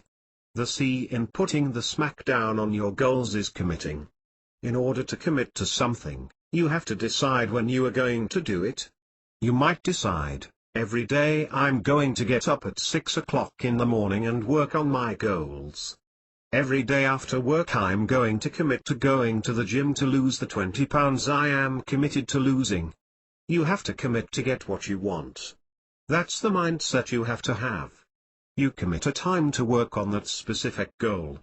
Think of a goal that you might have set previously. Maybe you didn't commit to it and set up a timeline to achieve that goal. Is it done yet? I'm going to guess probably not, because you didn't commit a time to it. So commit, decide when you are going to work on and complete this goal. Again, use the Goal Tracks tool. That tool will set a timer for you. You'll see how many days you have left to achieve that goal. That keeps your brain working. Your brain says, I have to get to work, I have to do this now. I've got to start putting things into momentum and move things around to make it happen for you.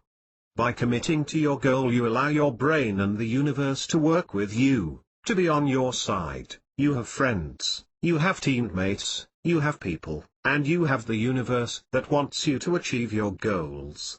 The universe praises and rewards people who know specifically what they want. So commit to it. You can do all those things. You can be specific, you can be motivated, you can achieve, you can commit to a time, but if you don't keep going, then what happens? The same thing that has always happened, will happen again. The New Year's resolutions, the someday, the I'll get to it, the I am interested goals. You might find yourself saying, I know, I should be doing that, but my show is on right now and I'm going to watch that instead.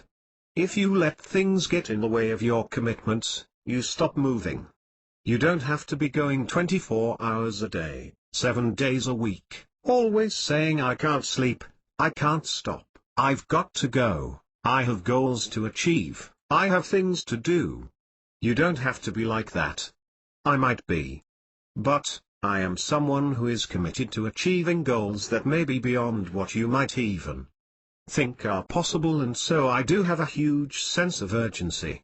I'm more excited and jacked up about life than most people are, and I want you to be, for whatever it is that you want in your life. Your goal might not be to change the world. I'm not telling you that you have to change the world, but I am telling you that this is your life. This is the one time that you'll be on this earth, and it's the one time that you have to achieve whatever it is that you want to achieve and influence who it is that you want to influence. So use your time, use it wisely, and keep moving. Here are just a couple of last points on goal setting and goal achieving. I want you to be setting yourself up to win right now. I want you to always know that you can achieve the goal you set, even if it stretches you. Nothing is unachievable in life. Whatever you believe, you can achieve. I understand that, and I hope that you understand that too. However, when you set a goal, you need to ask if that goal is realistic for you. Only you can really answer that question. I want you to set yourself up to win. If you set unrealistic goals for yourself in the short term, then you're not going to achieve them, and that's not going to keep you motivated. Achieving, consistently, keeps you motivated. So when you set your goals, don't set them so far out that you aren't motivated. Set short-term, motivating, achievable goals as you are beginning to create your life. What's the key to long-term goal success? Take a long-term goal, a huge goal, something you want for your life, and break that goal down into specific smaller steps. We're going to cover a technique for doing this later. For now, just think, if your goal is to motivate 1 million people to achieve their goals, and you say, that's what I want, specifically, okay, universe, juke me up, make it happen, put 1 million people in my path so I can influence them, so I can show them how to change their lives, and create everything they wanted, and achieve their goals. Is that a realistic goal short term? No, but you can say, okay, my short-term goal is to create a product and sell that product to 100 people. That's realistic, isn't it? Absolutely it is. Isn't that also motivating to know that you can change the lives of 100 people if you want to? Heck, yeah it is. That's motivating, that's specific. How do you achieve that? Sell 5 of them, sell 10 of them, sell 50 of them, and sell 100 of them. Boom, you're achieving. When are you going to do that by? Are you going to do that by next year at this specific time? Commit to it and keep going. Remember, creating the life you want and living that life is nothing more than creating goals, achieving those goals, and doing that over and over and over again. So like I said in the beginning, I want to teach you how to create and achieve one goal. Because once you do that, everything else is possible. Everything else becomes achievable. You start to see grander and grander visions of what's possible in your life, and I don't know what that is for you, only you can decide.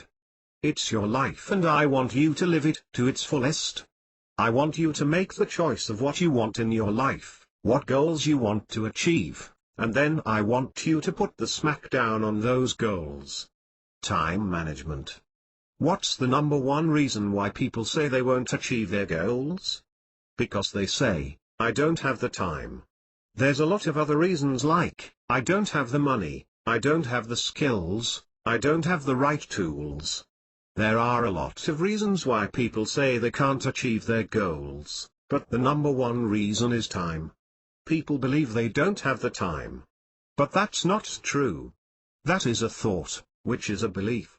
Are you telling me that people who achieve extraordinary amounts of success in their life, have everything they ever wanted, create the life they want to live, do the things they need to do to achieve everything they want to achieve, are different? Are you telling me they have more time than you? Go ahead and try to win that one. It's all the same, universal across the board. No matter how hard you try to change it, unless you come up with a new way to measure time, you have 24 hours in your day, 7 days in your week, 365 days in your year, and so does every single person on this earth. It's how we measure time. The difference is how people manage their time. If you're not achieving what you want to achieve and you are saying it's because you don't have the time, it's because you have terrible time management. Time management isn't about filling up your day planner, minute by minute, second by second, knowing exactly what you're going to do every single moment of every single day. That doesn't work. Time management is about effectively using the time that you do have. It's about finding little pockets of time to focus on doing what you want to do. It's about finding the most efficient way to do things. That is time management. I'm not only going to teach you time management. I told you just a little while ago I am going to teach you how to create time. How much time do you want in your life right now? I'll show you how to create it. Do you need 6 days to accomplish your goal? You got it. Do you need a month? You got it.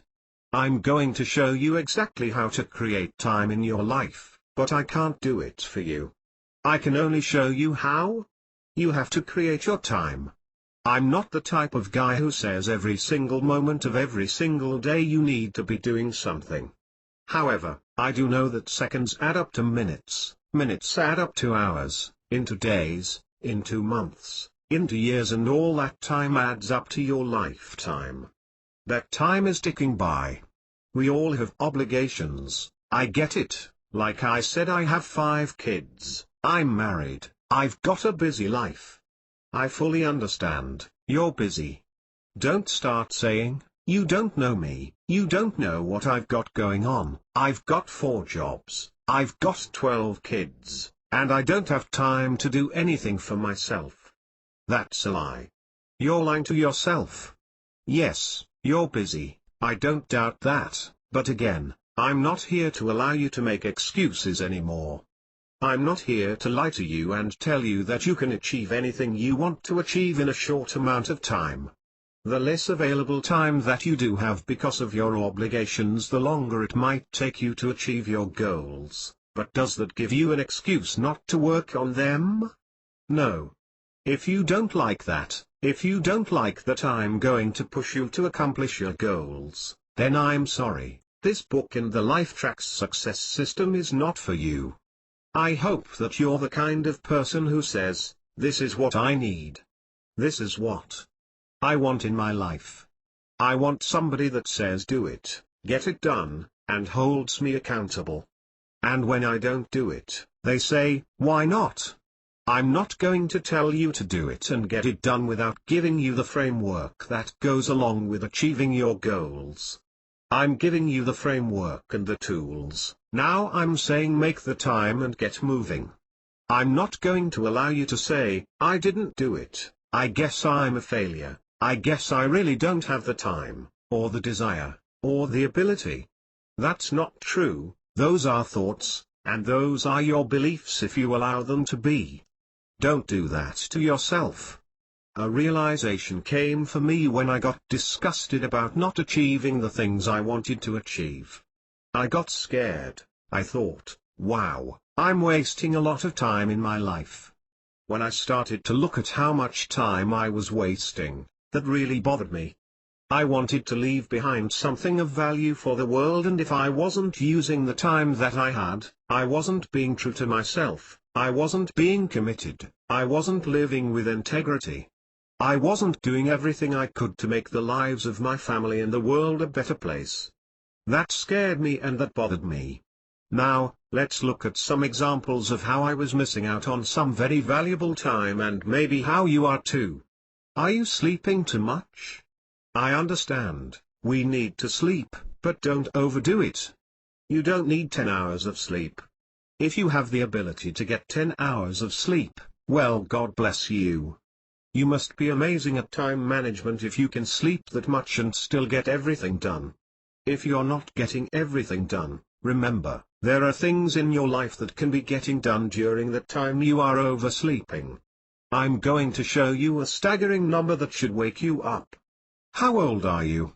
Take the amount of years that you have been alive and divide that by 3. Go ahead and do the math right now. My age underscore divided by 3 equals underscore years I've slept. That's the amount of years that you have been sleeping if you only sleep 8 hours a night. I'm not telling you to deprive yourself of sleep.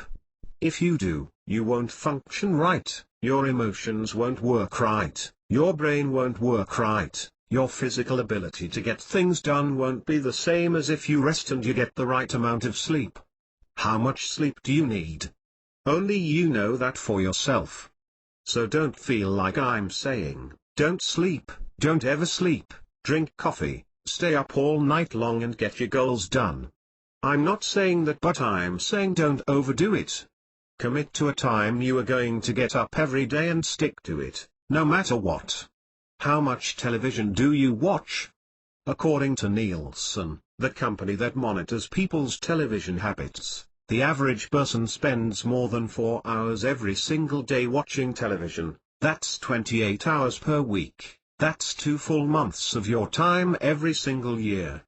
If you only live 65 years and you watch 4 hours of television every day, you will spend 9 years of your life watching television.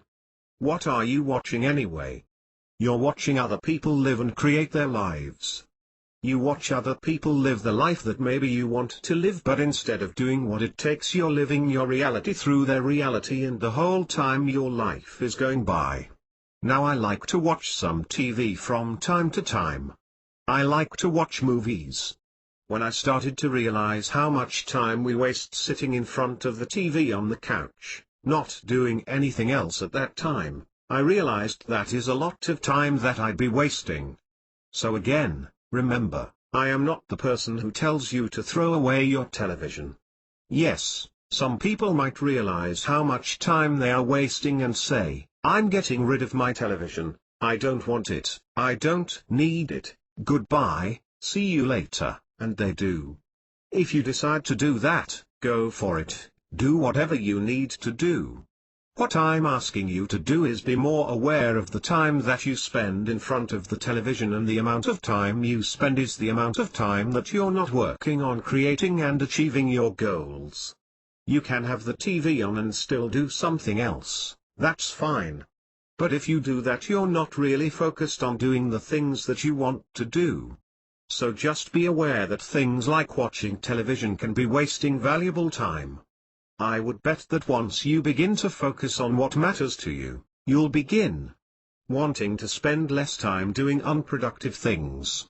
How about games on your phone or other devices? Are you playing a lot of games instead of working on things that actually matter in your life, things that make a difference in how you feel, how you look, how you influence this world? Games are addicting because they give you a sense of accomplishment. However, they waste valuable time that can be used accomplishing things that actually matter in your life. Monitor your time. Be realistic. Be honest with how much time you're spending playing games. How about driving? Well, of course you have to drive, right? You have to drive to work, you have to drive to the store, you have to drive the kids around, you spend a lot of time driving, but if you're just driving, you are wasting that time. How about taking the time when you're driving, to listen to an audio program? Your library probably has audio downloads that you can borrow for free. You can download the audio books for free and then put them on your iPod, or phone, a CD, your computer, or whatever you use, and listen to them in your car. There are sites like audible.com and learnoutloud.com where you can download audiobooks on whatever you want to learn. Use that time wisely. Every day when you are commuting to work can be used to learn a skill you need to advance your career. How about social media like Facebook and Twitter or any of the other time wasters? All the time that people spend on there, not only playing games but reading about other people's lives, reading about what other people are doing, is wasted time. Social media is a part of our life in this modern day way of communicating. I'm not telling you to eliminate social media from your life. What I'm suggesting is to monitor your time. We all know that it's possible when you jump on Facebook an hour goes by. You might say, wow, I spent an hour on here reading about people complaining about their lives. Unfortunately, people are generally unhappy. Sure, there are a few happy things here and there and some influential stuff, people post motivational little sayings, but overall this is a waste of your time. If you're going to be someone who is focused on achieving your goals, then you have to be aware of that. Now what about really short bits of time? What about when you pop something in the microwave, you set the timer for a minute and you stand there waiting, watching the food go around, waiting for it to ding? That's time. That's time that you can use. What can you do during that time? How about waiting for the coffee to brew or the water to boil? Little bits of time add up, so if you can find little things to do during your time that are going to move you in the direction of achieving your goals, then use the time. That's effective time management. My dad had a plaque hanging in our garage when I was a kid. I understood it and I got it, but not at the level I do now. The plaque said this: I must do the most productive thing possible at every given moment. Now, at the time, I didn't really understand what that meant. I really didn't get that what was written on that plaque was time management in and of itself. We have moments, and in those moments of our lives we need to decide what is the most productive thing you can be doing at that moment. So that sign, I must do the most productive thing possible at every given moment, means use your time wisely. Don't allow those seemingly small moments of time to add up. Again, I'm not saying you need to quit your job, never sleep, and smash your television. I'm not telling you to do those things. I hope that you're not taking what I'm saying as you're a bum because you watch TV. That's not what I'm saying. I really just want to make you aware of how time adds up and solidify the fact that time is our most valuable asset. People spend years going to school, and even more time going to college. They spend lots of money, and they learn something that they might enjoy doing, hopefully. People do this, knowing they're going to spend a third of their life doing this type of work if they choose it as a career. That's a huge commitment. Are you working a job that you just don't like? Even if you do like it, I'm asking if it's your passion and your purpose in life. Do you have the desire to do something else with your life, but you feel like you're just kind of stuck working that job? Well, how many years have you been working? Divide that by 3 and that's how many years you've been working and helping someone else to build their goals, to build their dream life. You obviously need money to survive, so you need to work to produce an income. What I'm asking you though, is do you have the desire to change your life's work, to create the life that you want? If so, you can't allow an excuse like, I'm too busy at work to get in your way. You can't allow that to be an excuse for why you're not creating a plan to move you towards the job or career that you would really like to have. How about using the time you drive to and from work, to listen to an audiobook on how to do what you want to do? Do you listen to books on goal setting, on mindset, on achievement? Use that time to live the life that you want to live, because you're finding and creating the pockets of time that you need. You could use that half hour that you're driving to work and the half hour you are driving home. That's an hour a day that you can focus on learning exactly what it is that you want to learn. How about learning how to create a business that you have been wanting to create over the next year? Take that hour a day and listen to someone who's already done it. I guarantee there is something out there. There is an audio program that you can buy that's a lot less expensive than college that you can listen to while you're driving or working out or making dinner for everybody, that can help you fulfill that goal. You don't have to be 100% fully engaged in driving your car at all times. You need to be aware, but what I'm saying is that the same way you can listen to music and drive, you can listen to an audio program and drive. You can listen to audios while you're making dinner and the kids are playing or whatever is going on around you. You don't need to be fully engaged in what's happening around you. You can use that time to listen and to learn. So if you were to take the next year, an hour a day, you would give yourself 365 hours of information. Now that's using your time wisely. Focus on getting a job that you know you would enjoy if you don't want to start a business. If your goal is to just get the exact job that you want, you can take the time to learn what you need to learn.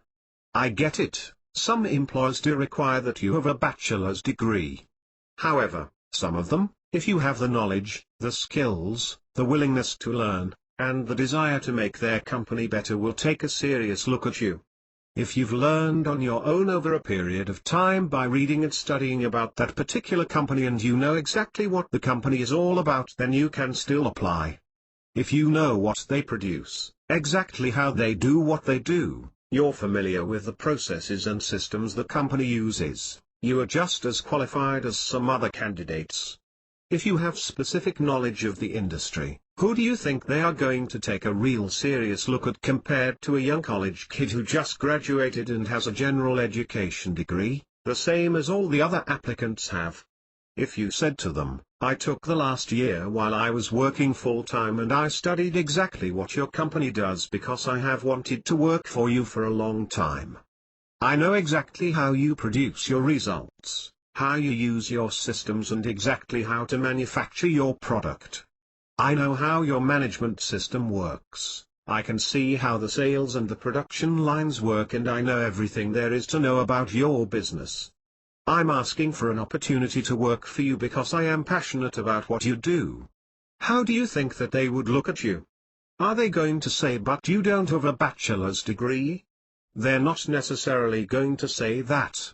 You won't know unless you approach them. Create your life. Create the life that you want to live.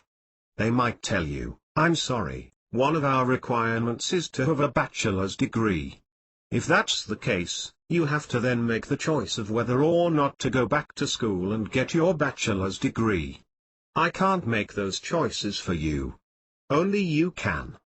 What I'm telling you is that there are times in your life where you can use the time you have available more effectively. Instead of spending time on social media, how about going on YouTube and instead of watching pointless videos, watch videos from someone who can inspire you and teach you what you want to learn. There's so much information out there. The times that you're playing games, watching television or any other time waster could be used to exercise, to read a book, to play with your kids or learn a new skill. Do the math, add it up and be honest with yourself. How much time are you spending doing things that waste your time? You'll probably have a realization and get pretty disgusted by it. Start to multiply it. How much does this 20 minutes a day that I'm spending doing this, equal over a year? What can I do to replace that activity? How can I use my time more effectively in order to create and live the life I want? How about those little times that we talked about, like putting something in the microwave?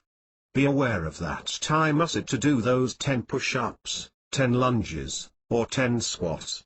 Maybe you can do a whole set, 20 seconds of push-ups, 20 seconds of squats, 20 seconds of lunges, 20 seconds of dips on the counter. There are so many little things that you can do in that short amount of time while you're waiting for the microwave to ding. You'll start to realize these things now that you're aware of them. When do you read your affirmations?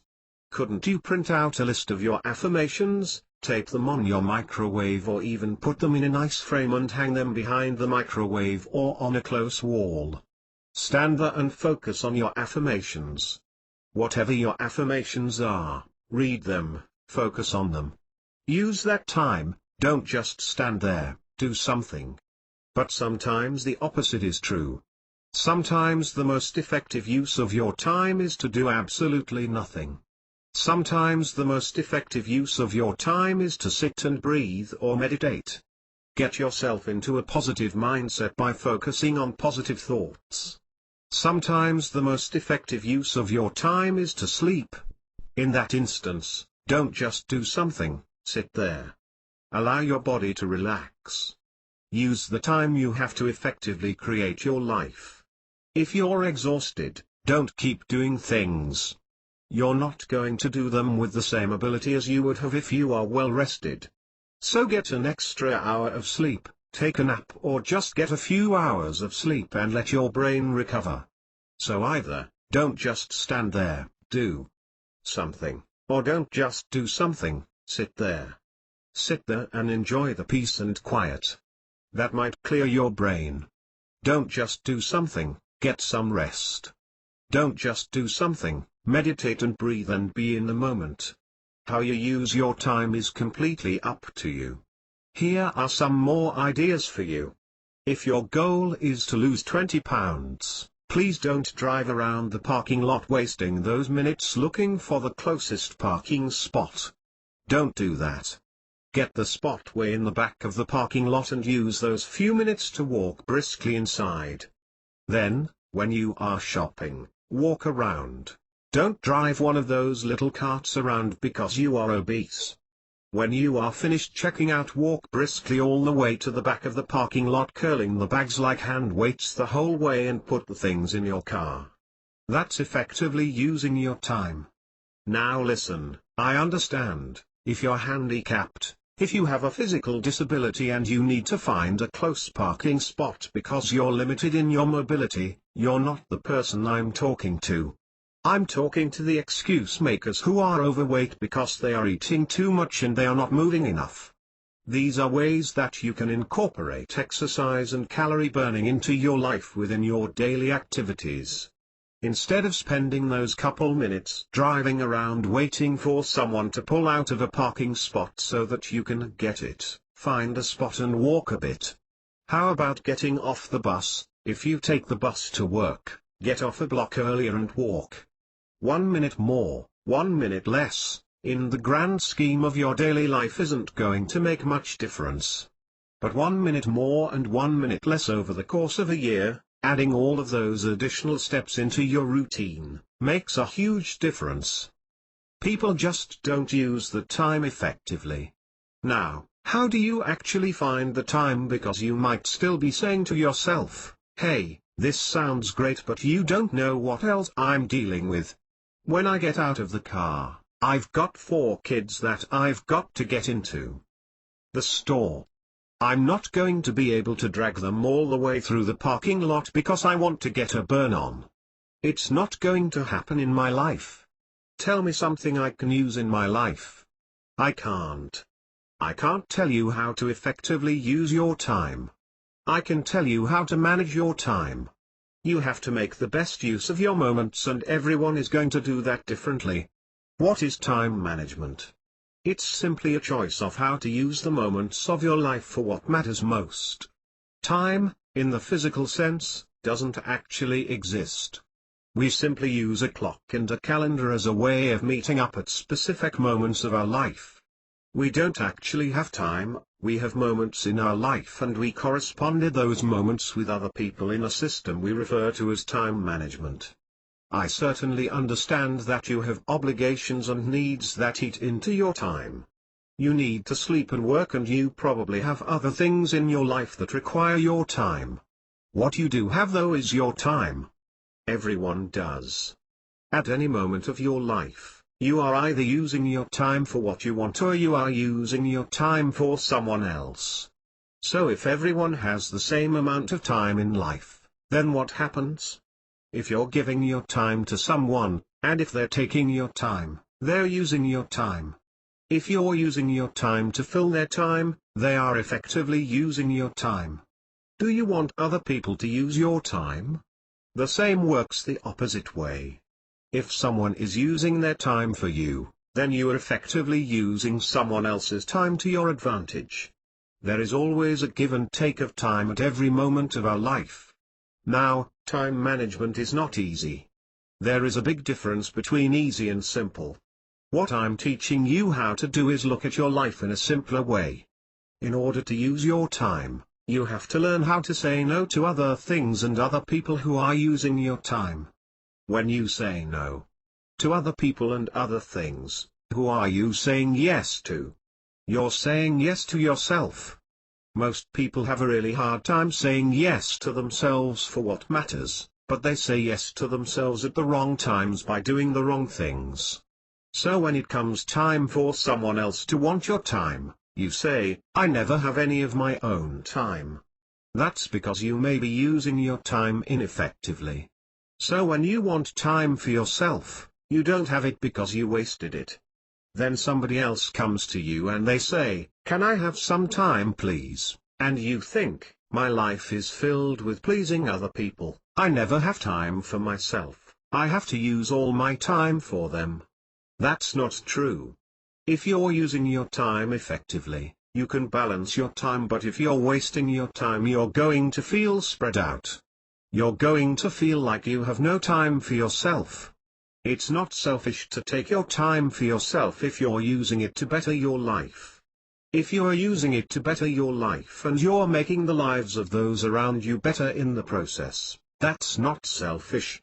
But if you are using your time playing games, going on social media, watching useless shows on television, gossiping on the phone, or doing other non-productive things, then you are wasting your time and not giving quality time to those who want some of your time. You've got to learn to balance your time. If you spend all your time with your family and you have a business that you want to grow, then you are going to have a really strong family, but you're going to have a really weak business. If you spend all your time working on your business, you will have a really strong business that's growing, but you're going to have a family that's falling apart. You've got to learn to balance. Take a little time from here, and put it there. Take a little of their time, let them have a little of your time. Find pockets here and there and use the time that you have effectively. How do you know what to do during those times? You have a specific plan. If you have a goal that is specific and you have specific action steps that you know you need to take, have a to-do list of those action items. Maybe you have to make a phone call that will take no more than a couple of minutes. The next time you have 2 minutes you wonder what you should do that, mark it off your list. Achieve it. You're one step closer to accomplishing your goals. This takes practice, this takes commitment, and this takes being aware of what you are doing each moment. You can do this. Do it. Do it starting now. The story of some people. I know there are going to be some people who really get this. Some people are going to say, "I know exactly where I've been wasting my time." I also know that there are going to be some people that don't get it. They don't get what I'm saying. I'm a very realistic person, like I said, and I know some people are going to focus and take what they have learned, and create the life they want to live. They're going to start using the ABCs of success, the affirmations, and the be, do, have pattern of achieving what they want. They are going to use effective goal setting, and they're going to use time management effectively. Then I know that there are going to be other people who will not do these things. Here is a funny example of what some people will do at this point in the book. Picture a talker type of person in your mind and imagine them saying this. "I've got this, I know how I can be rich. I've already got the belief, I believe it, so I've got the perfect foundation." Time management, that's a joke. Time management's no problem. I know exactly how to combine my activities. My goal, simple, be rich. What am I going to do? I'm going to be rich. What else do I have to do? I'm going to be rich. I know what I'm going to have. I'm going to have a yacht, and a mansion, and a Ferrari, and a hot spouse. Want to know how? Let me show you how I'm going to do it. I already set my goal, look, it's right there. I am going to be rich. How much more specific can I be? Here's the steps I'm going to take. You can see it. First, I'm going to buy a Ferrari. I've always wanted a Ferrari. Then I'm going to buy a mansion. I'm going to buy it on the water, so I can have my yacht right outside my house. So, those are my steps. I'm going to buy the Ferrari, then the mansion, then the yacht. I believe that I'm going to do that in 1 year, and here's how. I know that I have to focus on exactly what I want, so I went through the TV guide and I found those shows that have the mega yachts, and the mansions. You've probably seen those shows. Well, I've set those shows up to record on my DVR. Not only that, there are lavish vacation shows and all of that is what I'm setting to record. So, when I watch those shows my brain is going to say, that's what he wants, I'm going to get it for him. The universe is going to know it, because I'm specific, I'm clear, and I'm so motivated, because I've never had money before. I'll tell you, money motivates me. I've done it, I've set the specific goal to be rich, my steps are Ferrari, mansion, yacht. I'm motivated by my why because I'm motivated by money and I'm committed to doing this and having this in 1 year. This is amazing, I'm so glad I got this book. Time management, are you kidding? That stuff is so easy. I know how to be good at time management. Here's how I'm going to manage my time. I'm going to update Facebook and tell everybody what I'm going to do, while I'm watching those shows, that's 2 things at once. While I type with my right hand, I'm going to eat with my left hand. So, I'm watching the show, going on Facebook, and eating at the same time. I'm doing 3 things at once.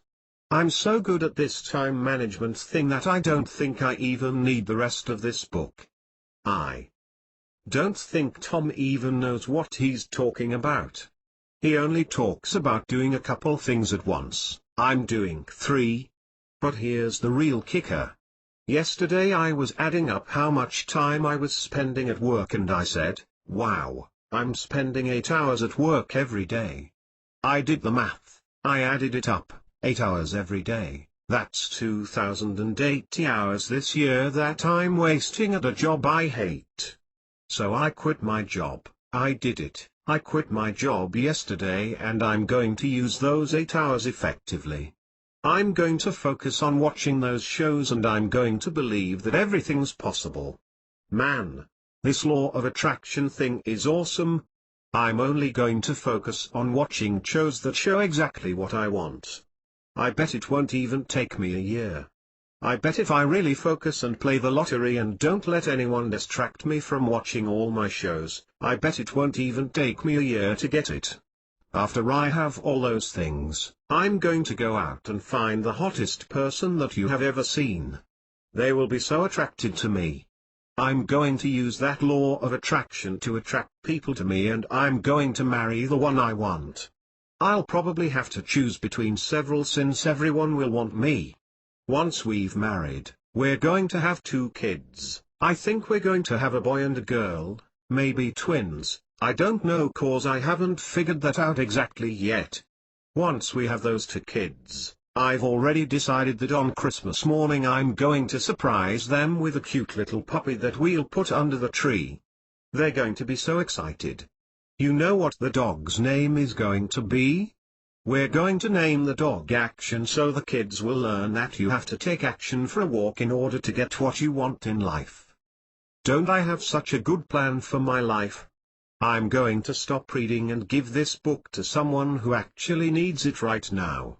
There's no reason for me to keep reading, I've got this. I'm so excited about my life right now.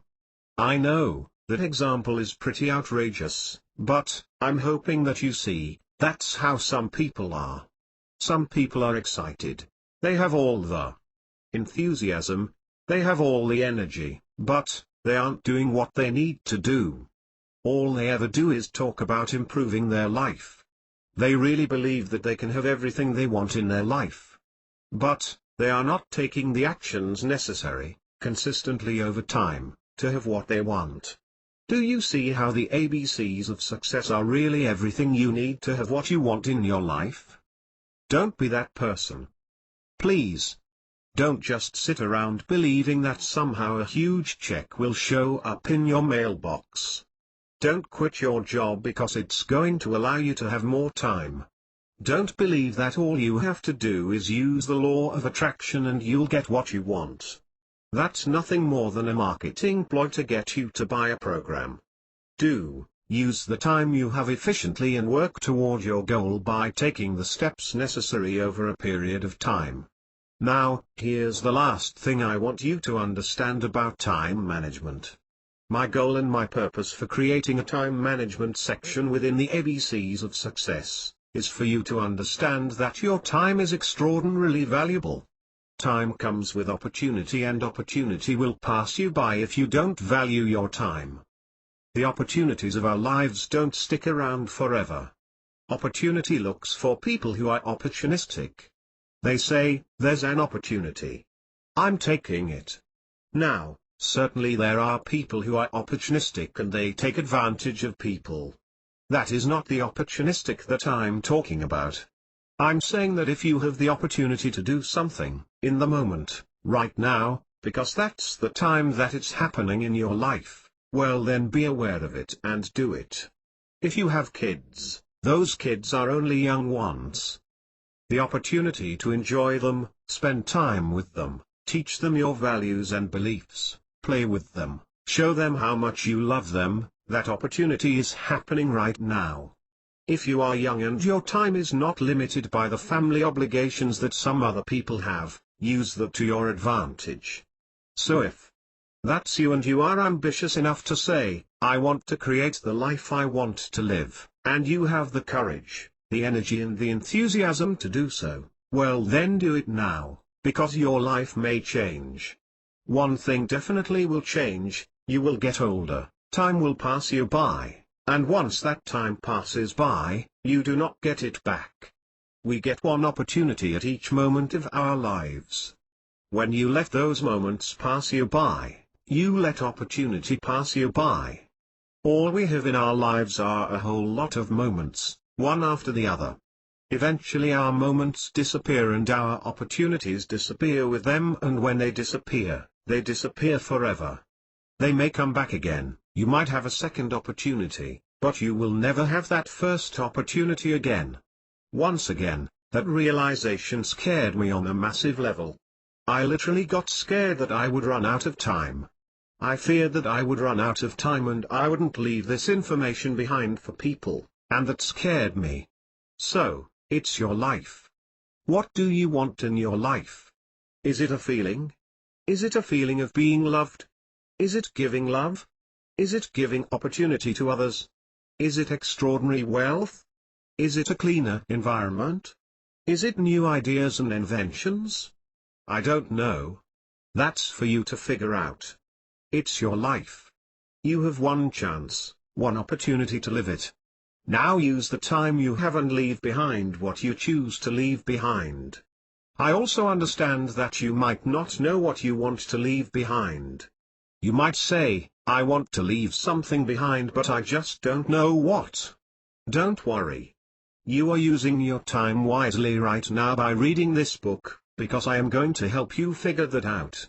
I told you, trust me, I will not leave you longing for more and saying, "That didn't give me what I wanted." Everything you want for your life is going to be possible. You just have to identify it and take the actions necessary. We're going to do all of those things in this section. The next level, and reaching the peak. I want you to start practicing something as we finish up this section on time management. Remember when we talked about the be, do, have pattern? I want you to start asking yourself a simple question, each moment of your life. For instance, if you have an argument on your hands, then you need to ask yourself this question. If you have some downtime, you have to ask yourself this question. If you are getting what you want and want to keep having success, ask this question. If you have a choice that has to be made, then you have to ask yourself this question. The question is this: who, what, or how am I being? Then you give yourself this answer. I am being, what? Who, what, or how are you being at that moment? If you are having an argument, are you being argumentative? If you have a choice to make, are you being decisive or are you being wishy-washy? If you have some time on your hands, are you being effective with your time, or are you being lazy? If you are being treated the way you want to be treated, pay attention. How are you being? Your life is going to move in a certain direction based on how you are being. When you begin to ask yourself this question and answer it honestly, you are going to begin to see a shift in how you approach your life. So let's just say that you are having an argument and you say, who, what or how am I being? You realize that you are being close-minded, selfish, and argumentative. Well, what is that getting you? What do you have because of what you are being? Do you have an argument on your hands with someone that you actually love and don't like to argue with? What do you want to have? Do you want to have love, and peace, and a nice conversation? When you are aware of how you are being in various situations, ask yourself another question. Ask yourself, who, what or how would I have to be in order to get what I want? So if you want to have a nice conversation with the person that you are now having an argument with, how would you have to be in order to have what you want? Would you have to be more open-minded? Would you have to be more understanding? Would you have to be more loving? If you were being loving, understanding, and compassionate, do you think you would have a nicer conversation? I bet you would. If you are being more loving, compassionate, understanding, open-minded, patient, and a good listener, then would you be listening and waiting for your turn to talk? Would you be using a calmer tone of voice? Would you be looking in the person's eyes, maybe holding their hand? Would you be listening to what they are telling you from their perspective on life? Would you be being open-minded and accepting that your point of view is just that, it's your point of view? What would you be doing in order to have that conversation that you want to have? So, get used to asking that question of yourself. When you answer that question, why you have what you have will become clear to you. That question is only effective if you are honest with yourself. If you lie to yourself, then you are probably going to continue to have what you have. The more open and honest you can be with yourself and with others, in the moments of your life, will make a major difference in how your life goes. Moments are opportunities. Ask yourself that question at each moment. If you don't have, or are not getting what you want, then you can say, what would I need to do in order to be who I need to be in order to have what I want to have? Those three things are going to start allowing you to create your life in this moment. Start to learn to ask yourself that question often and watch what happens. Watch what happens. Watch what happens when you start to identify who, what and how you are being in the present moments of your life. You are going to begin to awaken a whole new sense of being present and living life in the moment, as it is happening. Let me ask you a question. Could you imagine what your life would be like, if everyone around you was asking themselves that question at every moment of their lives? Imagine that your boss was asking himself, how am I being? What am I being? Who am I being? If I want to have the company that I want to have, what would I have to do for my employees, for my business? What would I have to do in the company itself in order to have the company I want? What about your spouse? Your friends?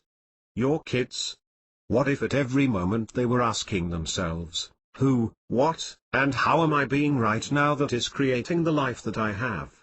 In this moment, at this time, what everyone is right now in their life is a result of how they are being. If everyone asked themselves that question and they answered the question with honesty, they would realize why they have what they have. If they said, I don't want that in my life, I want this in my life, then they would have to say, how would I need to be, who would I need to be, what would I need to be, in order to have that? When they are innately aware of the answer to that question, they would immediately do what they needed to do, in that moment, to change what they have. Could you imagine if everyone in the world did that? It's possible. But it is only possible if they know what you now understand. We are just getting started, we're just warming up. But I can imagine that you are probably seeing your life in a way that you have never seen it before. Imagine if the people in your life could read just the first few chapters of this book. What do you think that your life would be like as a result of them having this information? Do you think that your life would be better as a result of the people around you knowing and having the understanding of what you now have?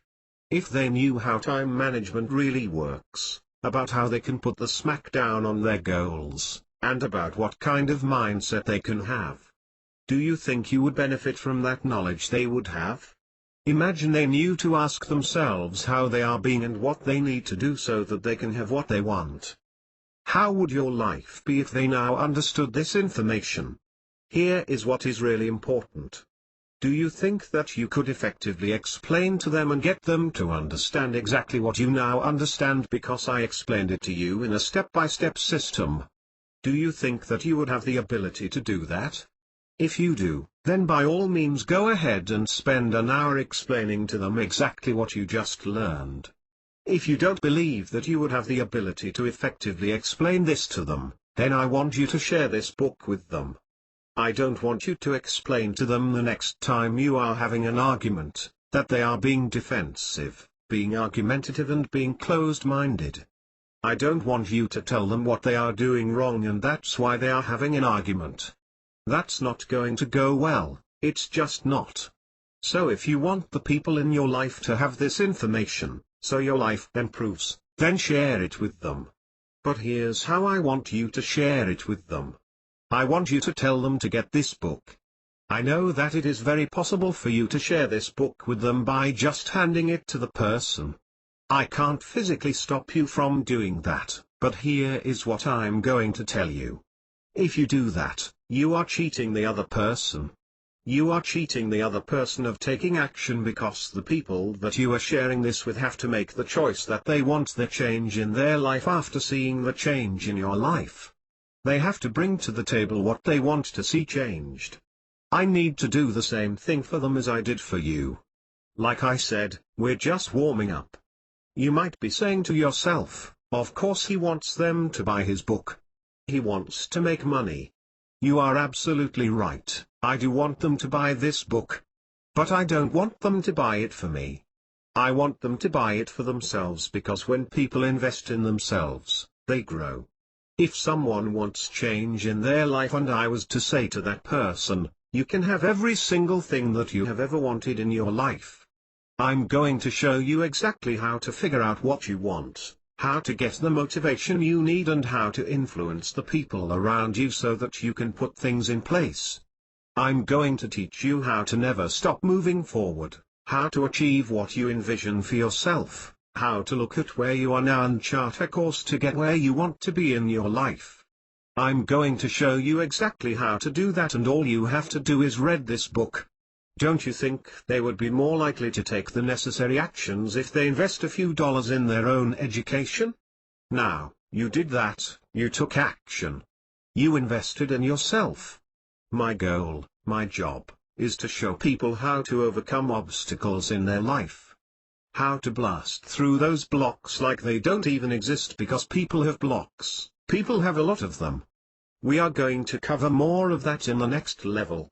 I am going to show you why so many people never live the life that they want to live. Some people might say I don't have the money to buy a book. Money is one of those reasons, and it's a big block for some people. So don't take that block and move it out of the way. Because you think that's what is going to get them to the peak, or that it's going to get them to where they want to be, because it's not. From the sky, another block will fall and land right in their way and eventually you are going to get tired of moving those blocks for them. I need to teach those people how they can blast through those blocks. I can almost guarantee that the same people that you are thinking of in your head, that you are saying, wow, that person really needs this book. I can guarantee that those people spend a lot of money on pointless things that get them the exact opposite of what they want in their life.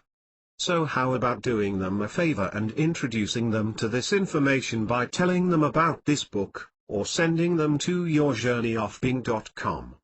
Be an influence in their lives. Be the person who shows them how to get what they want in their life, like I'm going to do in your life. You do the introduction, but allow me to do the coaching and teaching. Associations. Now, who are those people in your life? Who are those people who might look at you and say, you look different, or I've never seen you do that before, or what are you working on?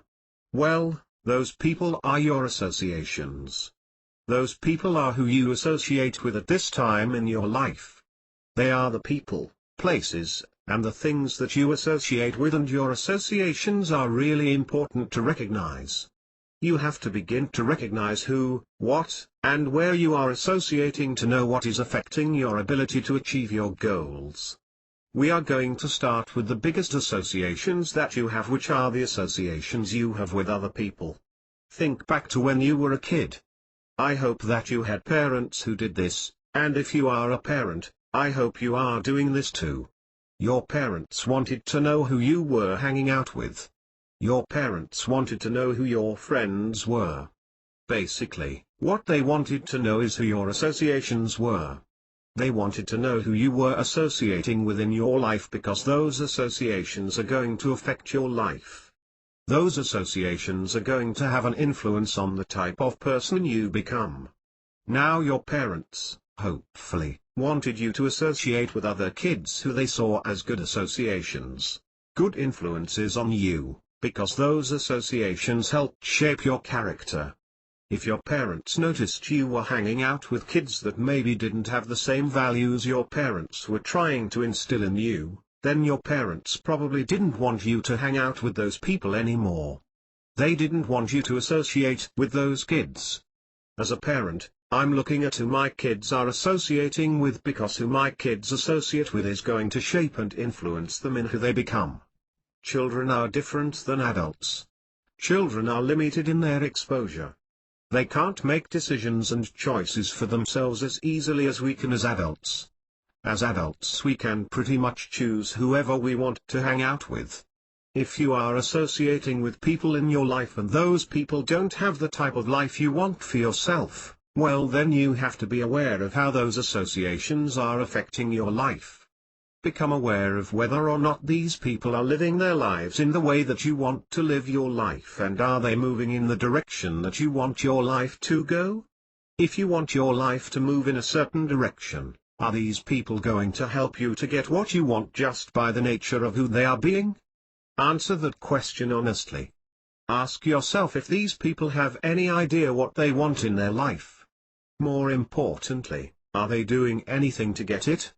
Are they a talker or are they a doer? You might find that the people that you associate with most often have no idea what they want, and they certainly aren't doing anything to get it.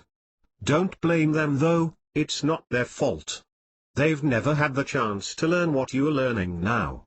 They've never been educated with anything more than the traditional educational system that never had them ask these questions, never asked them, what do you want for your life? Exactly what you want, not just what job you want, and not just what you want to do for your work to get a paycheck. What do you want? I bet no one ever asked them that question, especially in recent years. Now, here is what I'm not telling you to do. I'm not telling you to leave your spouse, dump your friends, and go live with the monks at the top of the mountain because you want inner peace. You can have the people in your life that you want to have in your life and begin to associate with other people who are moving more in the direction that you want to go in. A lot of the people that you associate with right now might not be ready for change in their lives. Some people are interested in living a better life, but they are not committed, and that's okay. Some people might not believe that a life different than what they have right now is even possible, and that's okay too. You can't force people to live a better life. You can only influence people by showing them that a better life is possible. Are you starting to see a connection here? Everyone lives by their own beliefs.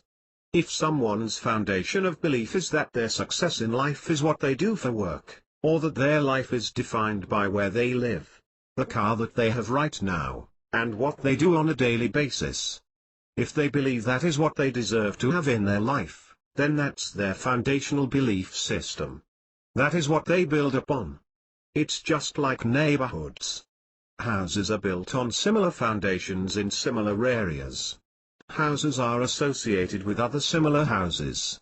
That's why you don't see a mansion in the middle of the ghetto. If you are attempting to build your new foundation for an extraordinary life in a neighborhood of other people whose foundations are not appropriately suited for what you want to build, they are going to break your windows and graffiti your new house, and you're not going to like living in that neighborhood. I'm not saying that you have to move to the rich neighborhood to succeed. I'm telling you that you should start associating with other people who are beyond your current associations. How do you do that? You begin by doing things like what you are doing right now, reading books on what you want to learn, listening to the right audios on what you want to learn, going to seminars, joining the right groups online, and reading the right blogs. These little things you do will allow you to start associating with the people who have the life that you want to live.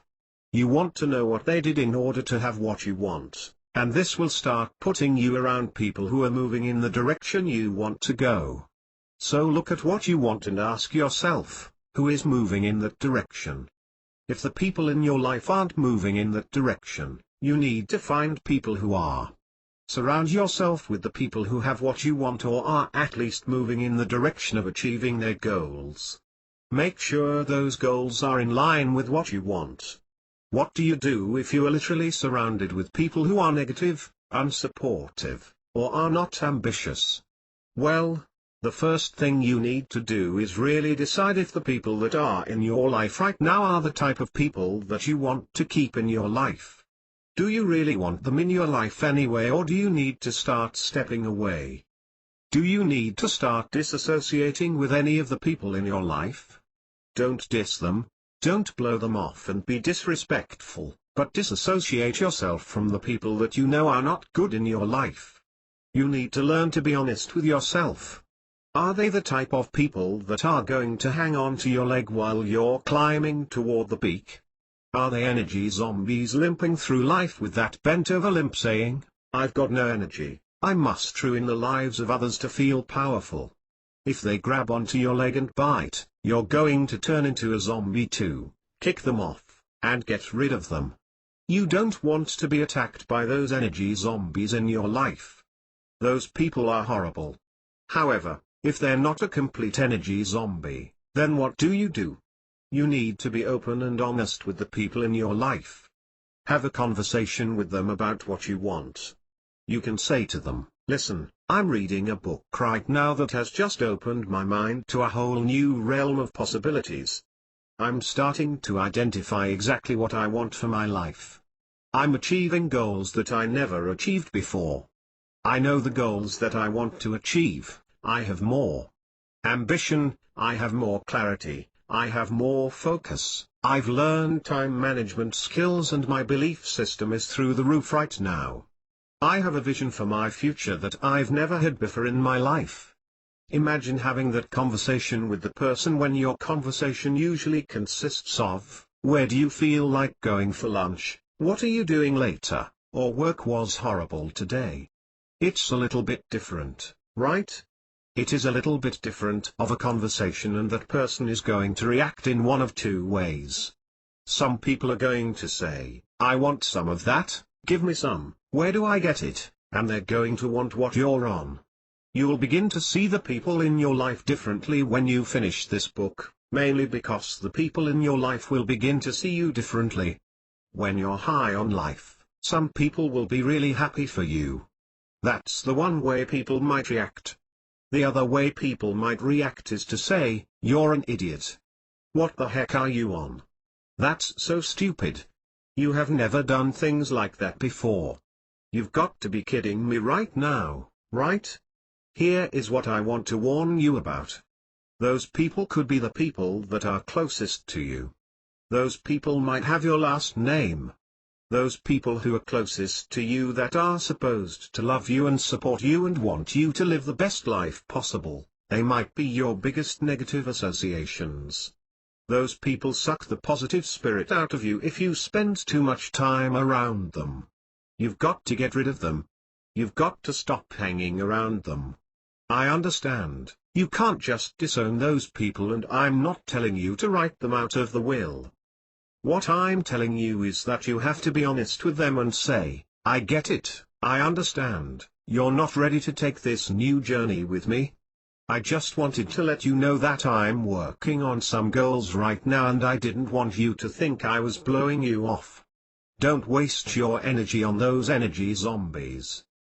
Don't try to reason with an energy zombie. You will get exhausted, they will overwhelm you, and then they'll bite at your face, rip your skin off, and turn you into an energy zombie too. Of course, that won't happen, but you know what I'm saying? You can't tell a zombie that you found the cure for their zombieism. They don't listen, they don't hear it, and they don't understand it. You can't stand there and say, wait a second, I know you don't have the energy, or ambition, or desire, or the drive to change your life right now, but check this out. They're going to say, no, and then they are going to chew your face off. So for those people who are negative, for those people who are not going to support you, what you have to do is have a conversation about how they can support you. If you need to have that conversation about support with the person because they aren't willing to believe that what you want is possible, then, again, you just say to them, I understand that you are not ready to take this journey with me, I get it, but I've reached a point in my life where I need more. I've looked at my life and I realize that I am not getting any younger and I haven't achieved what I want to achieve in my life. I have goals, I have desires, I have ambitions, and I haven't been doing the things that I have to do in order to have the life that I want to have. I cherish our friendship, I want you in my life, I really adore having you as a friend. I just want you to know that instead of going to the bar, going to happy hour, and doing all of that stuff that we normally do after work, I've chosen to work on some goals I have for my life and I'm going to do that now every day after work. All I'm asking is that you support me. Just understand that I want something else for my life right now. Can you do that for me, please? Hopefully they say yes, but if not, you have to realize that you have a zombie in disguise. If they're nasty with you and they get upset about it, then they aren't really a friend and maybe you need to rethink that friendship. But hopefully they'll say, yes, I can support you and I wish you the best. I really hope that you achieve everything that you want to achieve in your life. How do you get those people to eventually join you? You do what you want to do, you show them it's possible, and you continue to occasionally invite them. When they ask you how it's going, you say, it's amazing, and I feel better than I've ever felt in my life. Then those people start to think that maybe it is possible to live a more fulfilling life, maybe I do want that in my life. When you make the choice to be successful, you are going to be able to identify those associations in your life that are holding you back. You have to be honest with yourself and then be honest with them. Be open and share. Share what it is that you want for your life. Other people might say, I want that too. I want to go, please take me with you. I'll do whatever I have to do, I don't care what we're doing, I just want what you have right now, let's go. Those are the people that you want to continue to hang around with and you want to influence them to go in that direction with you. Don't hang around those energy zombies or you are going to turn into one. Let's take a look at the non-living things that you associate with in life. Do you associate with the television a lot? How about associating with a book instead? Do you associate with soda a lot? How about associating with water instead? Do you associate with the local bar? How about associating with the gym instead? Your personal associations are going to be much harder to disassociate with because you are going to have a fear of hurting the feelings of the people who are your personal associations. It's a lot easier to disassociate with the things in your life. You can disassociate with a can of soda and you're not going to hurt its feelings. You can disassociate with the bar, right, but you might hurt the feelings of the people you're disassociating with at the bar. Are you going to hurt the television's feelings if you read a book instead? Of course not, that's ridiculous. But you could hurt the feelings of the people who normally watch television with you. If your friends and the people you associate with are always going to the fast food restaurant for lunch and you don't want to eat fast food anymore because you want to have something healthy for lunch, what are you going to do? When they ask if you're going to lunch with them, you could say, "Thanks so much for the invitation. I love going to lunch with you, but I just discovered this place next door to where we usually go and I tried their food and it's amazing. Would you guys want to go there today instead?" They might say yes, they might say no. If they say no, you can just say, "Okay, I'll catch up with you later, I'm going to go grab lunch from there." Learn to say no to others and say yes to yourself. If your friends are going to the bar for happy hour after work, you can say, "Listen, I really love going to happy hour with you, but I set a goal. I want to lose 20 pounds and I'm really focused on it right now." Whatever your motivation is, share it with them. Wish them a good time and stick to your goals. Say no to those negative associations, and say yes to yourself. Identify those associations that are in your life right now. Make the choice to no longer allow those associations to hold you back from getting to where you want to be. You can't drag an energy zombie along with you when you're climbing toward the peak. That's exhausting. Much like time management, you need to be aware of how much the negative associations of life are affecting your ability to reach your goals. Energy. Have you identified those energy zombies in your life, those people who are going to try to turn you into an energy zombie? Because it happens if you let it. Some of the people in your life are going to be real energy drains. There are two things that happen at every moment of your life. The people, the places, and the things that you associate with are either going to energize you or they are going to drain your energy. They are either going to give you a power boost or they are going to drain your power. So you need to identify those things that are going to give you energy, and you have to identify the things that are going to drain your energy. That is what we are going to talk about right now, your energy. Now, we've talked about those energy zombies. They might be people dressed in plain clothes. They might have your last name. They might be living in your house. So be very careful, because energy zombies can be really sneaky sometimes. Those energy zombies can drain your energy quickly. People who are negative all the time will typically drain your energy before you have the chance to increase theirs. People who are positive, smiling, outgoing, goal-oriented, focused, those people give you energy. Energy zombies don't do those things. They don't smile a whole lot and they don't move a whole lot. They don't have a positive attitude and they don't use a whole lot of nice words. They don't give you energy. Those places we talked about can also drain your energy. If you're at a bar, you are sitting there for hours talking to people who are probably energy zombies. I'm not saying they are. I'm just saying that the people that hang around a bar day in and day out might not be the people who are 100% goal-oriented and are going to move you forward. If that place is filled with negative people, even if you are associating with the positive people in your life, if you are associating with all the positive people in that negative space, the space itself is going to be an energy drain. Associate with those people at a different location.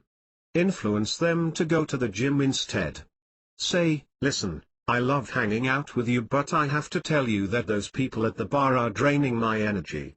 I have to get out of there. Do you want to start hitting the gym with me on Monday instead of the bar?" You will probably also find out that the money you were spending at the bar will pay for the gym membership. Online groups and social networks can even drain your energy if the people on there are always complaining. If they are posting negative things, you are reading that stuff and it's going into your brain. It's influencing your thoughts and your feelings. You are being influenced, and that negativity can drain your energy. How about what you are eating? Your nutrition is a primary source of energy as well as the exercise that you do. I'm not a nutritionist or personal trainer. I don't have nearly the education that a professional does in that area. Here is what I will tell you. If you are not moving enough and if you are not eating the right foods, your energy will be a lot lower than if you are moving and you are eating the right foods. It is as simple as that, and that is about as detailed as I'm going to get in the energy portion of nutrition and exercise. My reason for even doing this section is that you need to be aware of how your movement and the food you eat affect your energy. I am going to give you one simple way to recognize and to be more aware of the types of food that drain your energy. Now again, I'm not the type of person who is unrealistic about the types of food that you eat. You might be really dedicated to your nutrition and your exercise. You might be a person who is 100% focused on health and that is your way of being in life. That's your primary goal. You want to be in the best shape of your life. If that is you, then you really need to focus heavily on your nutrition and your exercise. But if not, if you are just the person that says, I want to have more energy in my life, how do I do that? Well, it's not the energy drinks, the caffeinated beverages that are making $1 gazillion right now because people think that's what gives them energy. People are making the wrong choices when it comes to the nutrition that they consume. It's very clear that the obesity epidemic is out of control. I heard recently that more people will die around the world from the effects of obesity than the effects of starvation. Isn't that awful? More people are going to die because they eat too much than those who don't have enough to eat. That's disturbing. Even if you just do a little research on nutrition, you'll be pretty shocked at some of the numbers. For instance, the average American consumes 150 pounds of refined sugar every year. That's nearly 3 pounds of sugar per week. General nutrition is a huge deal, but refined sugar intake is literally killing our society today. Because refined sugar gives you no real sustainable energy and it produces a lack of motivation, so people aren't moving enough. Those combinations are a killer. Now, here is my realistic and simple way of understanding what you should reduce in your diet. Again, I am not telling you to cut this stuff out completely, but be aware of how often you are consuming it. Your first energy drain is caffeine. Caffeine in general is not really the issue, it's the abundance of caffeine. We are a caffeine-addicted society. Those energy drinks that so many people are drinking now and spending a ton of money on are loaded with caffeine and sugar. The two things that give you a huge boost right away, but then you crash. So caffeine is something that you need to monitor. If you find yourself drinking caffeine all day long, start to reduce it, a little bit at a time. You can replace those energy drinks with a multivitamin. Look at the things that are in those energy drinks: taurine and ginseng and vitamin B. Take a multivitamin. The same stuff is in a multivitamin and they are sustainable energy because the vitamin will break down in your system over time and will give you more sustainable energy throughout the day. So replace those energy drinks with a multivitamin that you take with a large glass of water and you will be doing your body a huge favor. Now the refined sugar that we spoke about can sneak up on you. 1 can of regular soda has about 150 calories. So if you have 1 can of regular soda per day, you are drinking 51,000 calories in a year because you are drinking just 1 soda per day.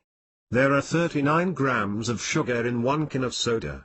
If you drink 1 can of soda per day, then you are drinking 31 pounds of sugar in a year. Replace that 1 can of soda with water and you'll probably drop 15 pounds of excess weight from that alone this year. Refined sugar is all over the place. Do a little bit of research. Again, I'm not going to go into details about this, but do some research, watch your food labels and be aware of how sugar is adding up in your life. Now, what about alcohol? Alcohol is an energy drain, but it is also a motivation killer. You can be really into doing something, have a drink and you don't want to do it anymore. I'm not telling you not to drink alcohol again, I'm not that kind of a coach. I'm not the kind of person that says, you need to cut this out of your life completely because that's why you are not achieving your goals. That is probably not true, but the amount of alcohol that you are having may be affecting your life. So just reduce it and disassociate from the alcohol. If you want to achieve more in your life, you have to make these changes. What about processed foods and especially fast food? The amount of saturated fats in fast food is astounding. If you find yourself eating fast food a lot, be aware that there are healthier food options out there. I get it, kids love fast food. Kids love to stop at McDonald's and eat that stuff, but you don't have to stop there, and, if you do, you don't have to get yourself something to eat there. You can wait until you get home, or you can stop somewhere else. You're driving the car. You make the choice and you influence what happens to you and your family and what they eat. Always be sure you have a snack handy or that you eat before leaving the house, so you are not tempted by the fast food restaurants while you are out. How are you going to remember all of this? Simple. Cut the crap. Cut the crap out of your life. Reduce it. Crap. C.R.A.P. Caffeine, refined sugar, alcohol, and processed foods. Cut the crap out of your life and it will increase your energy. Food Tracks within the LifeTracks success system at lifetracks.com allows you to track your nutrition.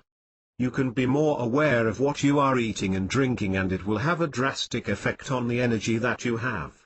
You will be amazed when you start to keep track of what you are consuming, the calories, the fat, the sugar, whatever you keep track of. When that starts to add up, you'll say, wow, I had no idea. So use Food Tracks to help you keep track of your nutrition and what you are consuming and the effect it is having on your energy.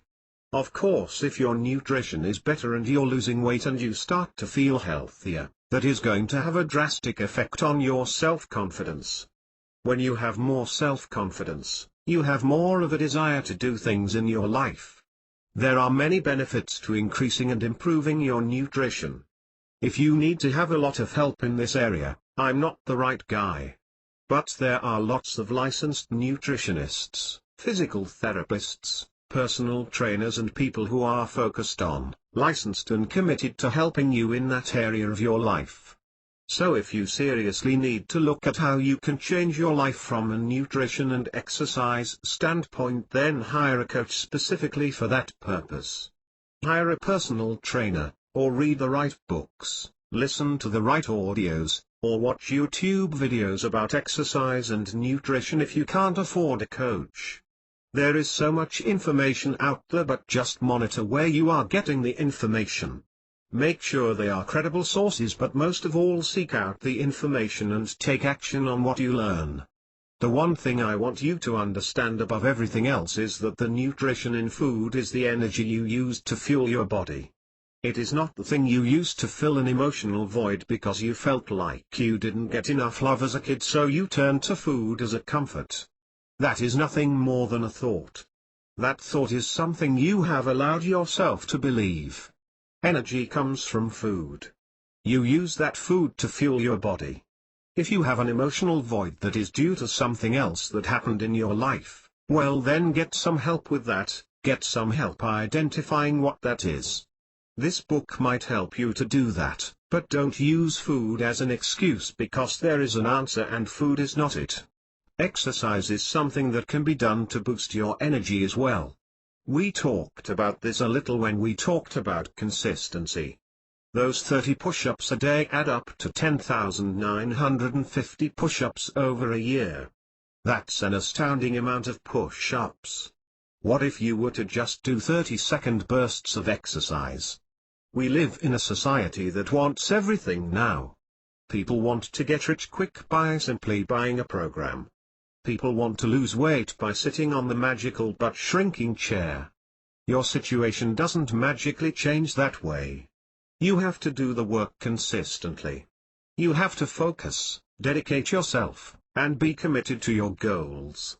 How do you do that if you're just starting to figure out how you can incorporate all the things that you have been learning into your life?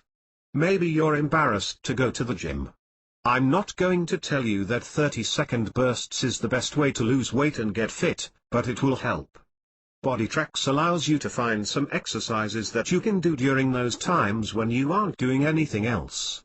Those times when you pop something in the microwave and stand there waiting, find a body weight exercise that you can do during those times. We have over 200 exercise videos on Body Tracks. You can watch them and figure out which ones work for you. Fill in those little gaps in your time during the day and keep your heart rate elevated all day long by doing short bursts of exercise. Again, I'm not going to tell you that going to the gym and doing 20 to 30 minutes of a high-intensity workout 3 days a week isn't going to help you more. But if you are trying to figure out how you can fit exercise into your life, this is a great way to do it. Then when your energy increases and you find that you can wake up earlier so you can get to the gym because you have more energy, and you are using your time management more effectively, then that's a great way to continue reaching toward your goal. It is also a great way to surround yourself with people who are energy boosters. You might find some people who are moving in the same direction as you. Make some friends with the people at the gym. Find out what they are up to in their life. You might find someone who is going in the same direction you are going and you can support each other and get there together. Surround yourself with people who are motivated and you will become more motivated.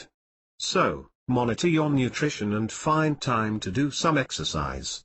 Even if you are just making little changes in your life to start out, the changes that will happen over a longer period of time will make an incredible impact in your life. Commitments. What are our expectations?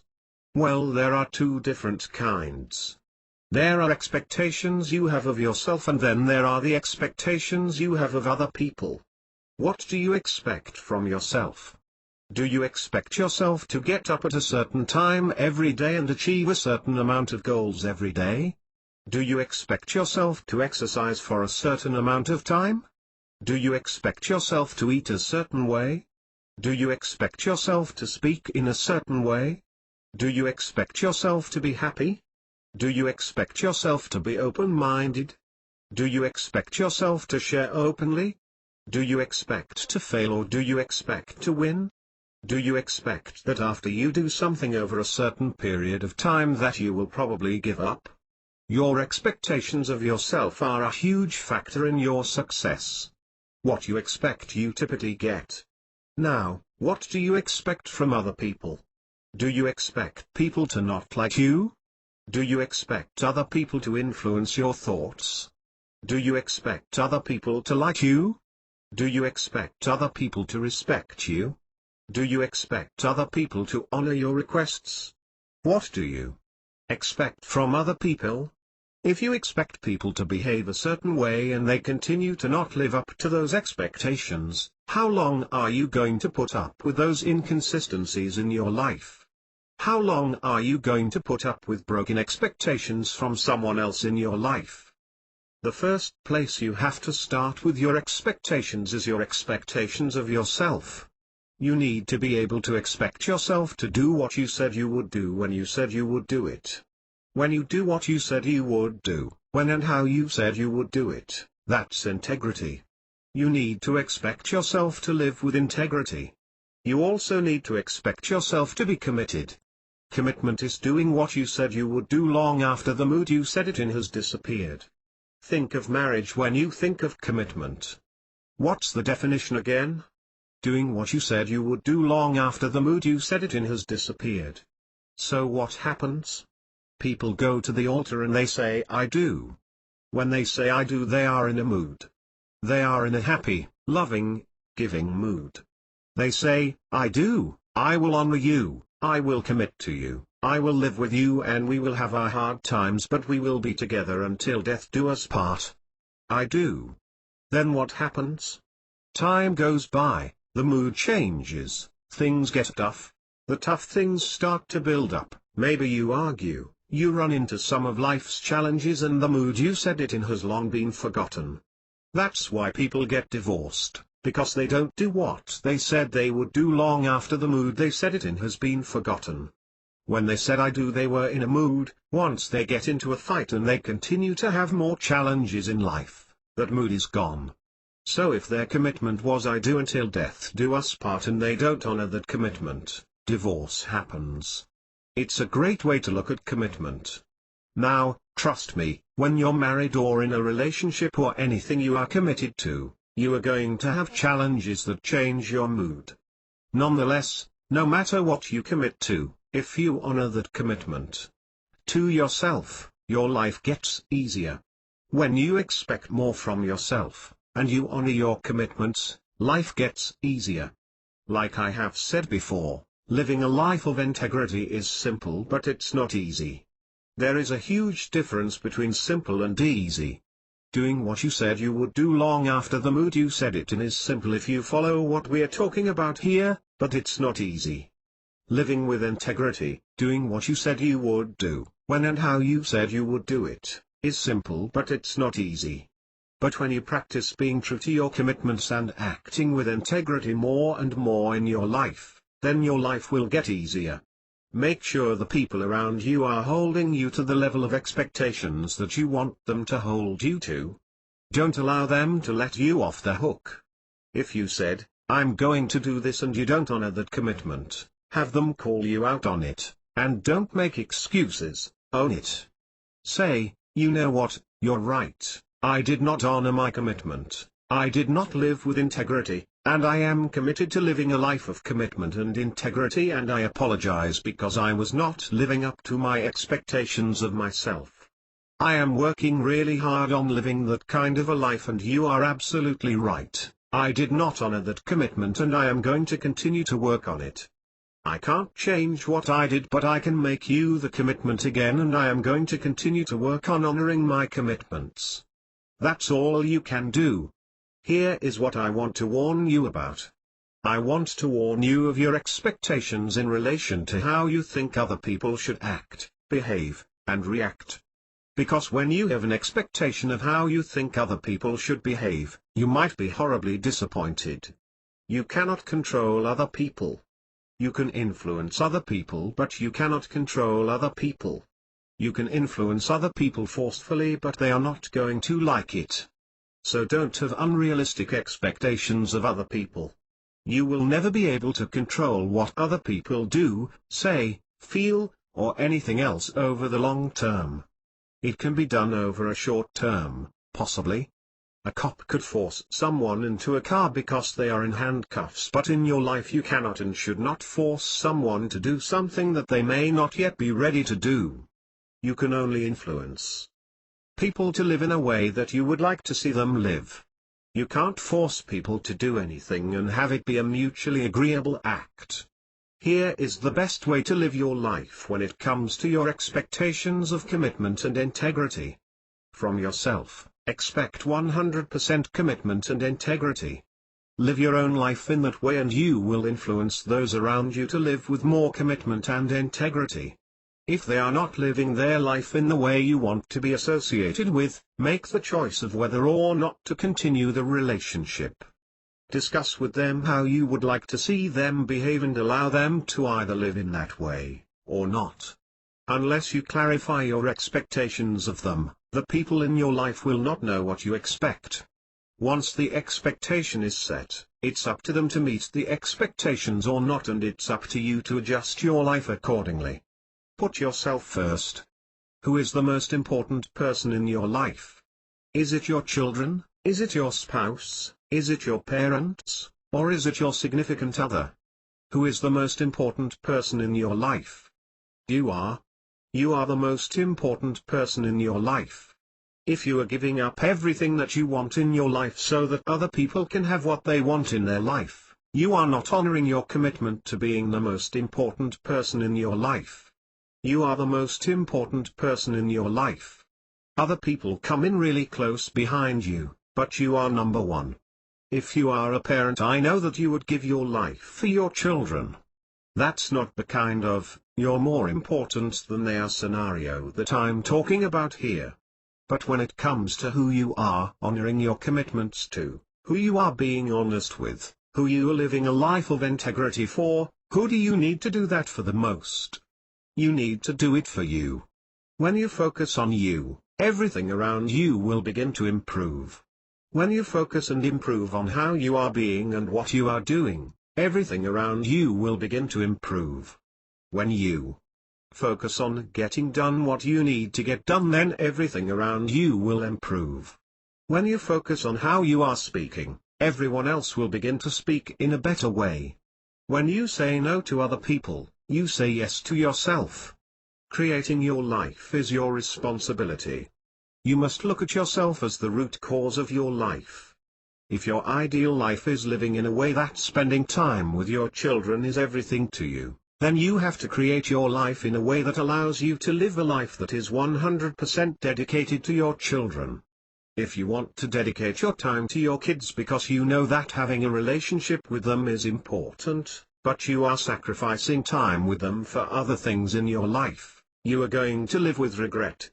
Living a life that you want to live is putting yourself first.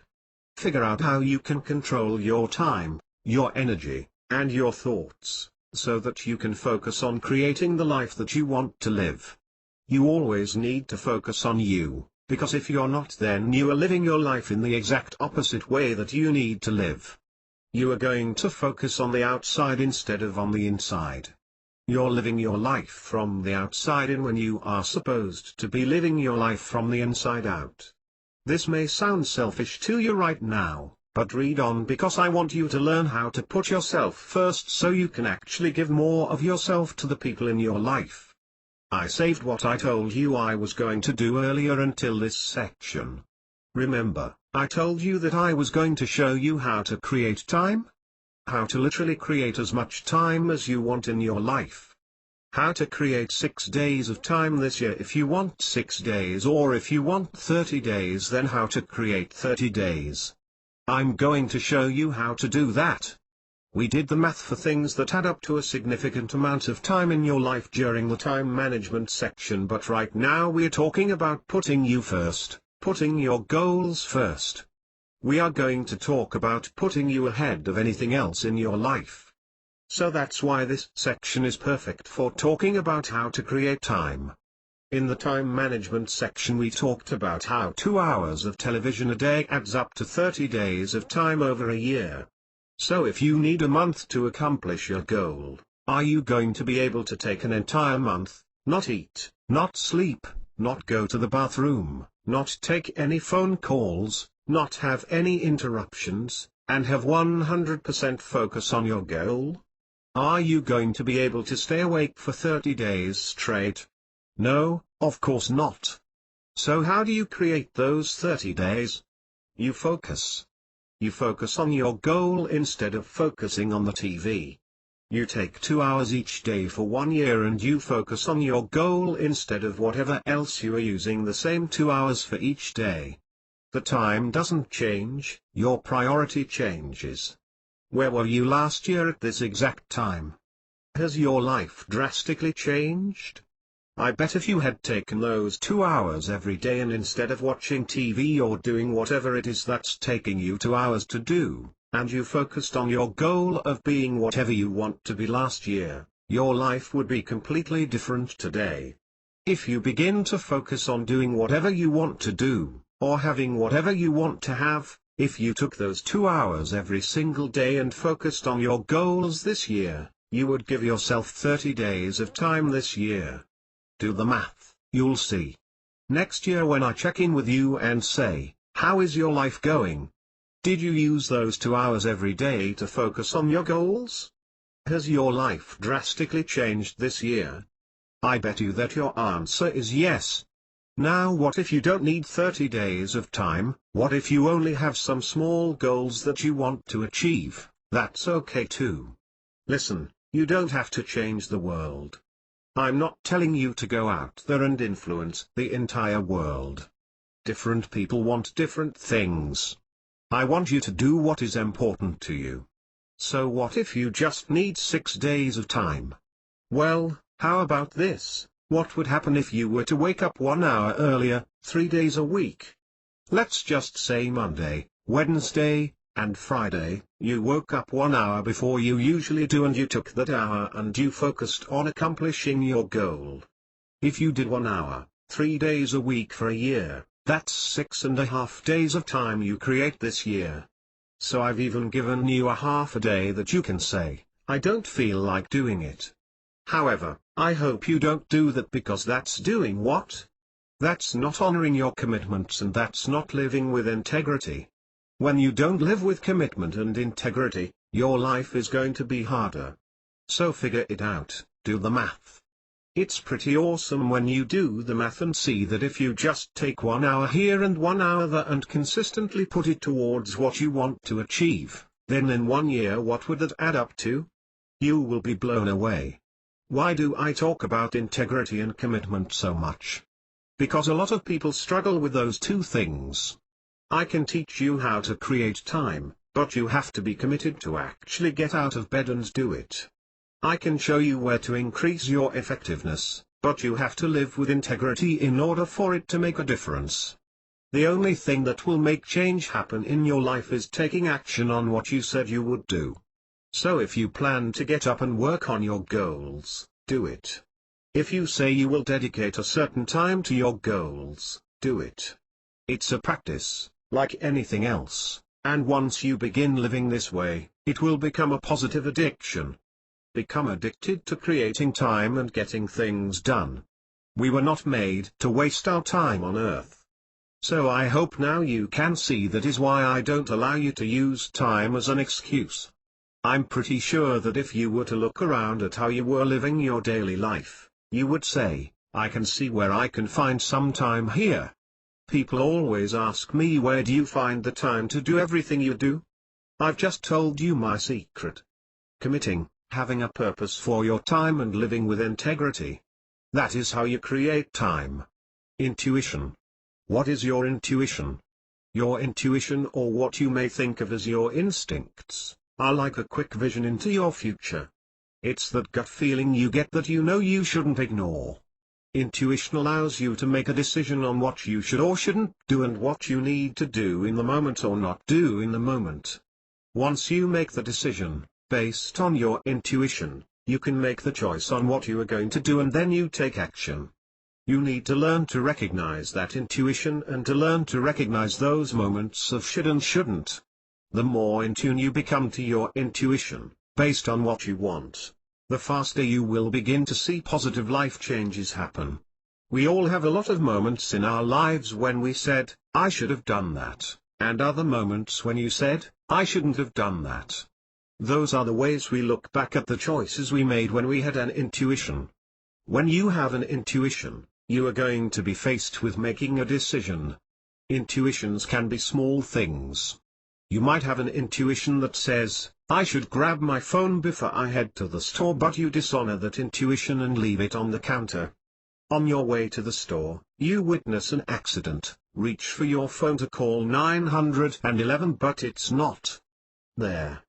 That's an intuition, that's a thought. If I make this decision, that might happen. If I make that decision, this might happen. Learn to be aware of your intuition and take the small actions necessary to honor those intuitions. When you have an intuition, you are making a decision and you are running through your mind the different scenarios that may occur based on your decision. What you need to do is recognize and make an educated and intuitive decision in the moment of how you should handle that sixth sense. You're going to have times when your intuition is going to tell you to do one thing and you're going to think, phew, that was wrong, that didn't work out the way I thought it was going to. Then you will have other times when you say, I'm so thankful that I did that because that intuition was 100% right on. The reality though is that we never know what will happen in the future. So, something that may seem like it was not the right idea immediately, may have long-term benefits. Conversely, something that seems like a short-term benefit, may have long-term implications. Intuitions can also be larger. You may get a gut feeling like a relationship is not right for you. Once again, we just don't always know how today's decision will influence tomorrow's outcome. However, I encourage you to follow your heart as well as using logic and reason to determine how you respond to your intuition. So what should you do when you have the thought, what should I do? Ask yourself, will this take me closer to or further away from where I want to be? When your intuition is talking to you, acknowledge it. Realize you are seeing a glimpse into your future. We can't predict our future, but we can influence our future. If you make one choice, it's going to affect your life in one way. If you make another choice, it's going to affect your life in a different way. So the way that you recognize and follow your intuitions and keep your choices in line with what you want for your life is to ask yourself that question. Will this take me closer to or further away from what I want? To clarify what I mean, using the previous examples, you can think of it this way. If your intuition says grab the phone, and your goal is to always be prepared, then don't ignore that intuition. If your intuition says this person isn't going to support me the way I want to be supported in a relationship, then talk to them about what you need. Recognizing intuition and being intuitive is all about anticipating what might happen based upon your own experiences and combining that with an unexplainable guiding voice. When I talk about intuitions and making a decision and a choice, you probably hear me using both words. I want to show you the difference so that you understand the distinction between the two words. Decisions are something that you make in your own mind on a constant and ongoing basis. Decisions don't really have much to do with how our life goes. We can go back and forth, time and again, and make decision after decision. That, technically, would be considered indecision. Your decisions don't really affect your life. With that being said, we don't have choice without decision. So in that case, decision is actually the only thing that sets us apart from other instinctual beings. All other creatures act on instinct. They have limited to no decisions-making capabilities. As humans, our choice is what affects our life. If you choose one decision, life moves in a certain direction. Choose another decision, life moves in the opposite direction. Don't ever make a choice, and life doesn't change at all. Life direction occurs at the moment of choice. When you make a choice, you take action. CHOICE. I want to talk to you specifically about the 6 most important things you must choose to do and be in order to achieve your goals. When you make the decision about what you want in your life, what are the 6 things that you are going to have to do in order to be successful? No matter what you want, these 6 elements won't change. You are going to have to make the choice to be consistent. This is the hardest part of achieving your goals. Many people can start and stop, but very few people can be consistent. That requires a relentless determination. Determination is generally based on your reason why. If you have a strong reason why you are doing something, consistency becomes much easier. The first and hardest part of achieving your goals is consistency. You must make the choice to be consistent in life. Make consistent choices that are in line with what you want. Take consistent actions that are in line with what you want. The second hardest thing to be when achieving your goals is honest. You are going to need to be honest with yourself. You're going to have to say, I'm not being honest with myself about my time management. I'm not being honest with myself about my nutrition. I'm not being honest with myself about my associations. You need to be honest not only with yourself, but you need to be honest with the other people in your life. You need to be able to say to them what you do want and what you don't want. You need to be honest about what is important in your life. Honesty is not always an easy thing, but when you make the choice to live the life that you want to live, honesty is very, very important. So you need to work on that, and you need to make the choice to be honest. The third hardest thing to be is open. You have to be open in your mind. Having an open mind about what is possible in your life is incredibly important. You have to be open to opportunities that arise in your life. Remember, the moments of your life are opportunities. You have to be open with the people in your life. You need to be open to conversation, and you need to be open to changes. Openness allows you to let things into your life. Openness also allows you to let things go. For example, when you open your arms, you allow someone to give you a hug. When you open yourself up emotionally, then you allow people into your life. When you have an open mind, then you allow new thoughts to flow in. When you have an open heart, you allow love to come in. So openness is very important, and it is something that you have to practice. It's not easy, but openness is simple. You need to make the choice to be open. Now the fourth thing that you should work on once you make a choice to achieve your goals is integrity. Living with integrity is really important to your success. You need to do what you said you would do, when and how you said you would do it, not only for yourself but for other people.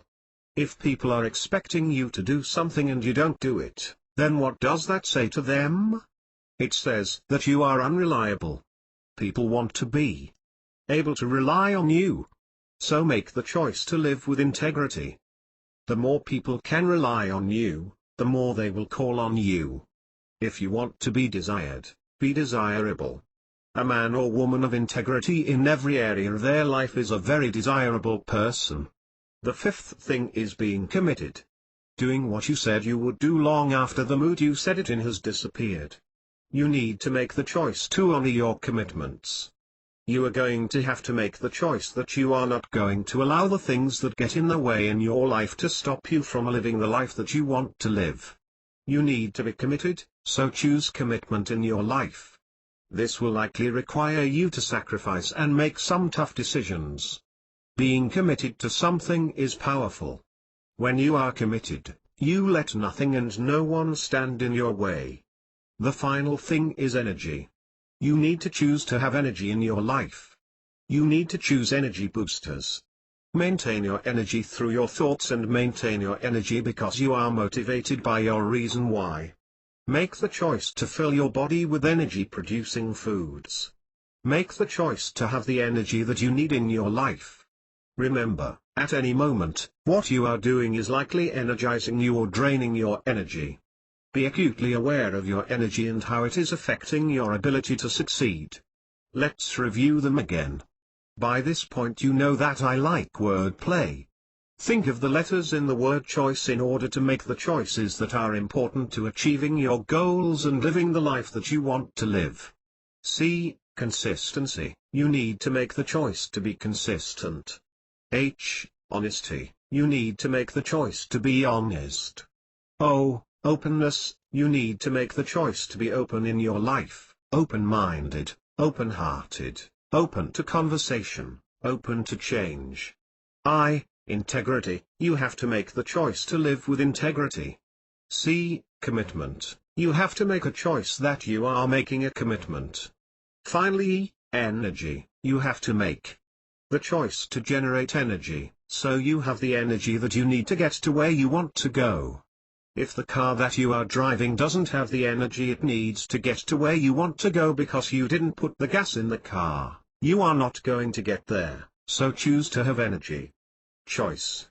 CHOICE, consistency, honesty, openness, integrity, commitment, and energy. Create your goal.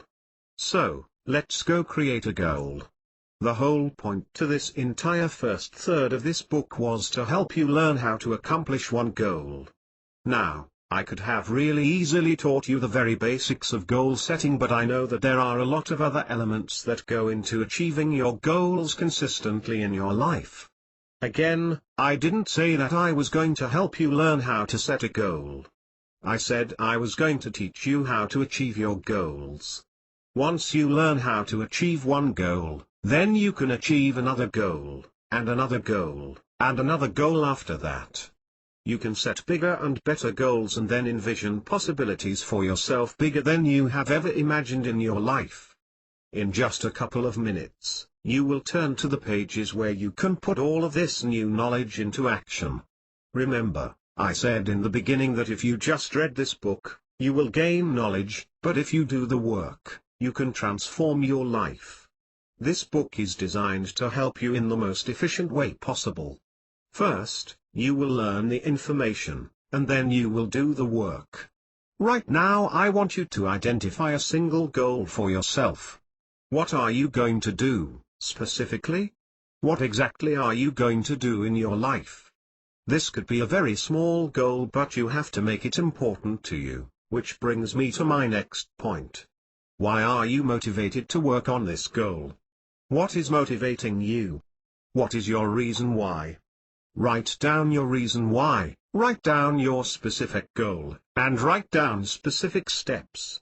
Again, Use goal tracks to create your goals from now on. The tool will walk you through the steps. Just follow the instructions and you will create your goal. We want to achieve the first step of simply creating your goal to get into momentum. Next, commit to doing what you say you are going to do. How long is it going to take you to achieve this goal?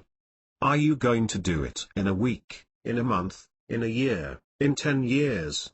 I'm hoping you are going to commit to something that is more of a short-term goal, because remember, short-term goals accomplished over a period of time equal long-term goals accomplished.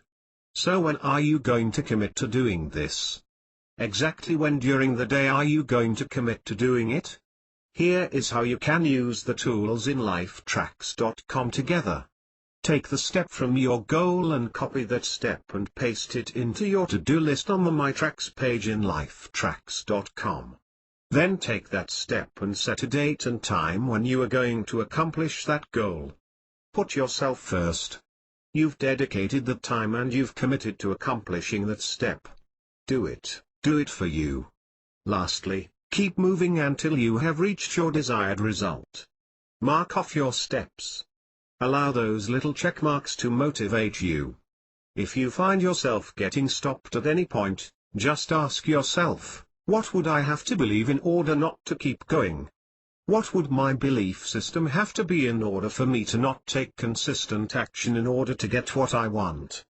Answer that question for yourself and then change your belief and decide what you would have to be, do, or have to keep going and complete that step or to achieve that goal. If your belief is not empowering you, use the affirmation tools, create new affirmations, and create a new belief system for yourself. Be aware of who is going to be involved in this. Do you need to talk to some people in your life? Who is involved with this goal? What and who are your associations? What do you need to cut out of your life and what do you need to include into your life? Who are the people? What are the places and things that will either reduce your energy or increase your energy? I want you to focus on the things that are going to increase your energy. Now, I hope by this point that you can see how achieving your goals is actually quite simple. I hope that this section has allowed you to see how you can begin to create your life. As we continue with the rest of this book, we are moving on to what's called the next level. In the next level, we are really going to identify specifically what is going to attempt to stop you from reaching the peak. There are 4 things that are going to block you from achieving what you want to achieve in your life. What you want in your life lies just beyond those 4 things. Before you move on to the next level, I'm going to ask that you set, and then achieve one goal for yourself. Show yourself that achieving your goals is possible. Watch how each of the elements that were discussed in this first section come into play. It doesn't have to be a huge goal, but accomplish something for yourself, and then once you do that, I want you to say to yourself, it really is possible to live the life I want. It really is possible to achieve my goals. Once you have achieved your first goal, then move on to the next level. The next level is an extraordinary section. In the next level we are going to spend a lot of time in your head. I'm going to get in there and poke around a little bit. I'm going to allow you to see what's holding you back, and that is an extraordinary experience. When you get done with the next level, your view of life, of people, of how you think, of how other people think, and what you understand about life itself is going to be at a whole new level. I hope you have enjoyed learning the ABCs of success. Again, these are the fundamentals, and this is what we are going to build upon. What you just learned is everything you need to take you to the next level, but it's not everything you need to create the life that you want. These are the foundation. If you don't have these, you probably aren't going to reach the point at which you say to yourself, I've got everything that I want in my life. So practice these fundamentals. Use the following pages to review what you learned, and write down what you want. Bring your new life into existence. Now, please, go out there and accomplish your goal, and I'll see you at the next level. Doing the work. Step 1. Decide what you want to be. Before you start figuring out what you want, because I know it is not an easy task, here are some questions to help stimulate your thinking. I am happiest when I am, underscore underscore. I like to be around people who are, underscore underscore. I am motivated by, underscore underscore. I'm most interested in, underscore underscore. I love to learn about, underscore underscore. My ideal work would be, underscore underscore. I am skilled at, underscore underscore.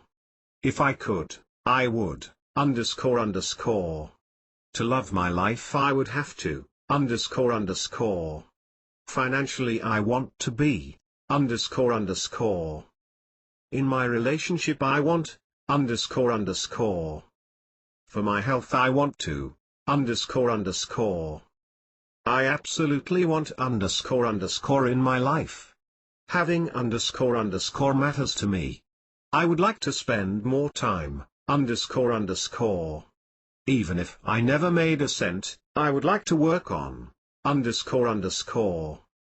If today were my last day on earth, and I knew it, I would, underscore underscore. Step 2, create your goal. Specifically I am going to, underscore underscore. My motivational reason why I need to do this is, underscore underscore. I will achieve. What are your steps and when will you do them by? Step 1. Underscore. By when? Step 2. Underscore. By when? Step 3. Underscore. By when? Step 4. Underscore. By when? Step 5. Underscore. By when? Step 3. Define who you are. I am underscore. I am underscore. I am underscore. I am underscore. I am underscore. I am underscore. I am underscore. I am underscore. Step 4. Create you time. I will do underscore every day / time underscore. I will do underscore every day / time underscore. I will do underscore every day / time underscore. I will do underscore every day / time underscore. I will do underscore every day / time underscore. I will do underscore every day / time underscore. I will do underscore every day / time underscore. Step 5. Identify your positive and negative associations. Positive associations. I will spend more time with underscore. I will spend more time with underscore. I will spend more time with underscore. I will spend more time with underscore. I will spend more time with underscore. Negative associations. I will spend less time with underscore. I will spend less time with underscore. I will spend less time with underscore. I will spend less time with underscore. I will spend less time with underscore. Step 6. Increase your energy through nutrition. Increase the positive.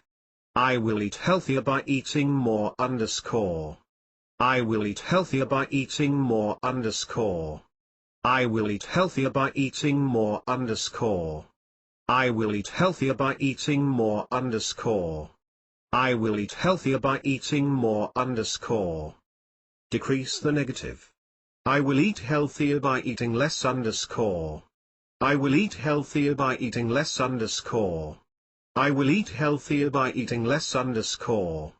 I will eat healthier by eating less underscore. I will eat healthier by eating less underscore. Step 6 continues. Increase your energy through exercise. How can you move more in your life? I will move more by doing underscore.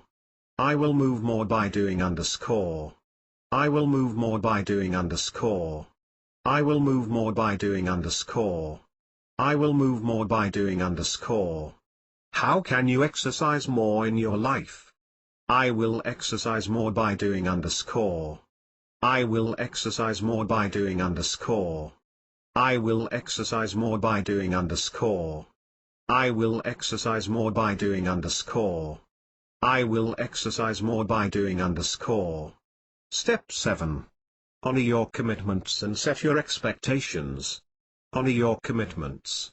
I am committing to underscore. I am committing to underscore.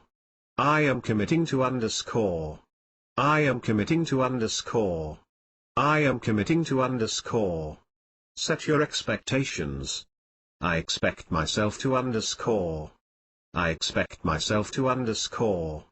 I expect myself to underscore. I expect myself to underscore. I expect myself to underscore. Step 8. Make the right choices. When, what happens underscore I will underscore. When, what happens underscore I will underscore. When, what happens underscore I will underscore. When, what happens underscore I will underscore. When, what happens underscore I will underscore. When, what happens underscore I will underscore. When, what happens underscore I will underscore. When, what happens underscore I will underscore. When, what happens underscore I will underscore. When, what happens underscore I will underscore.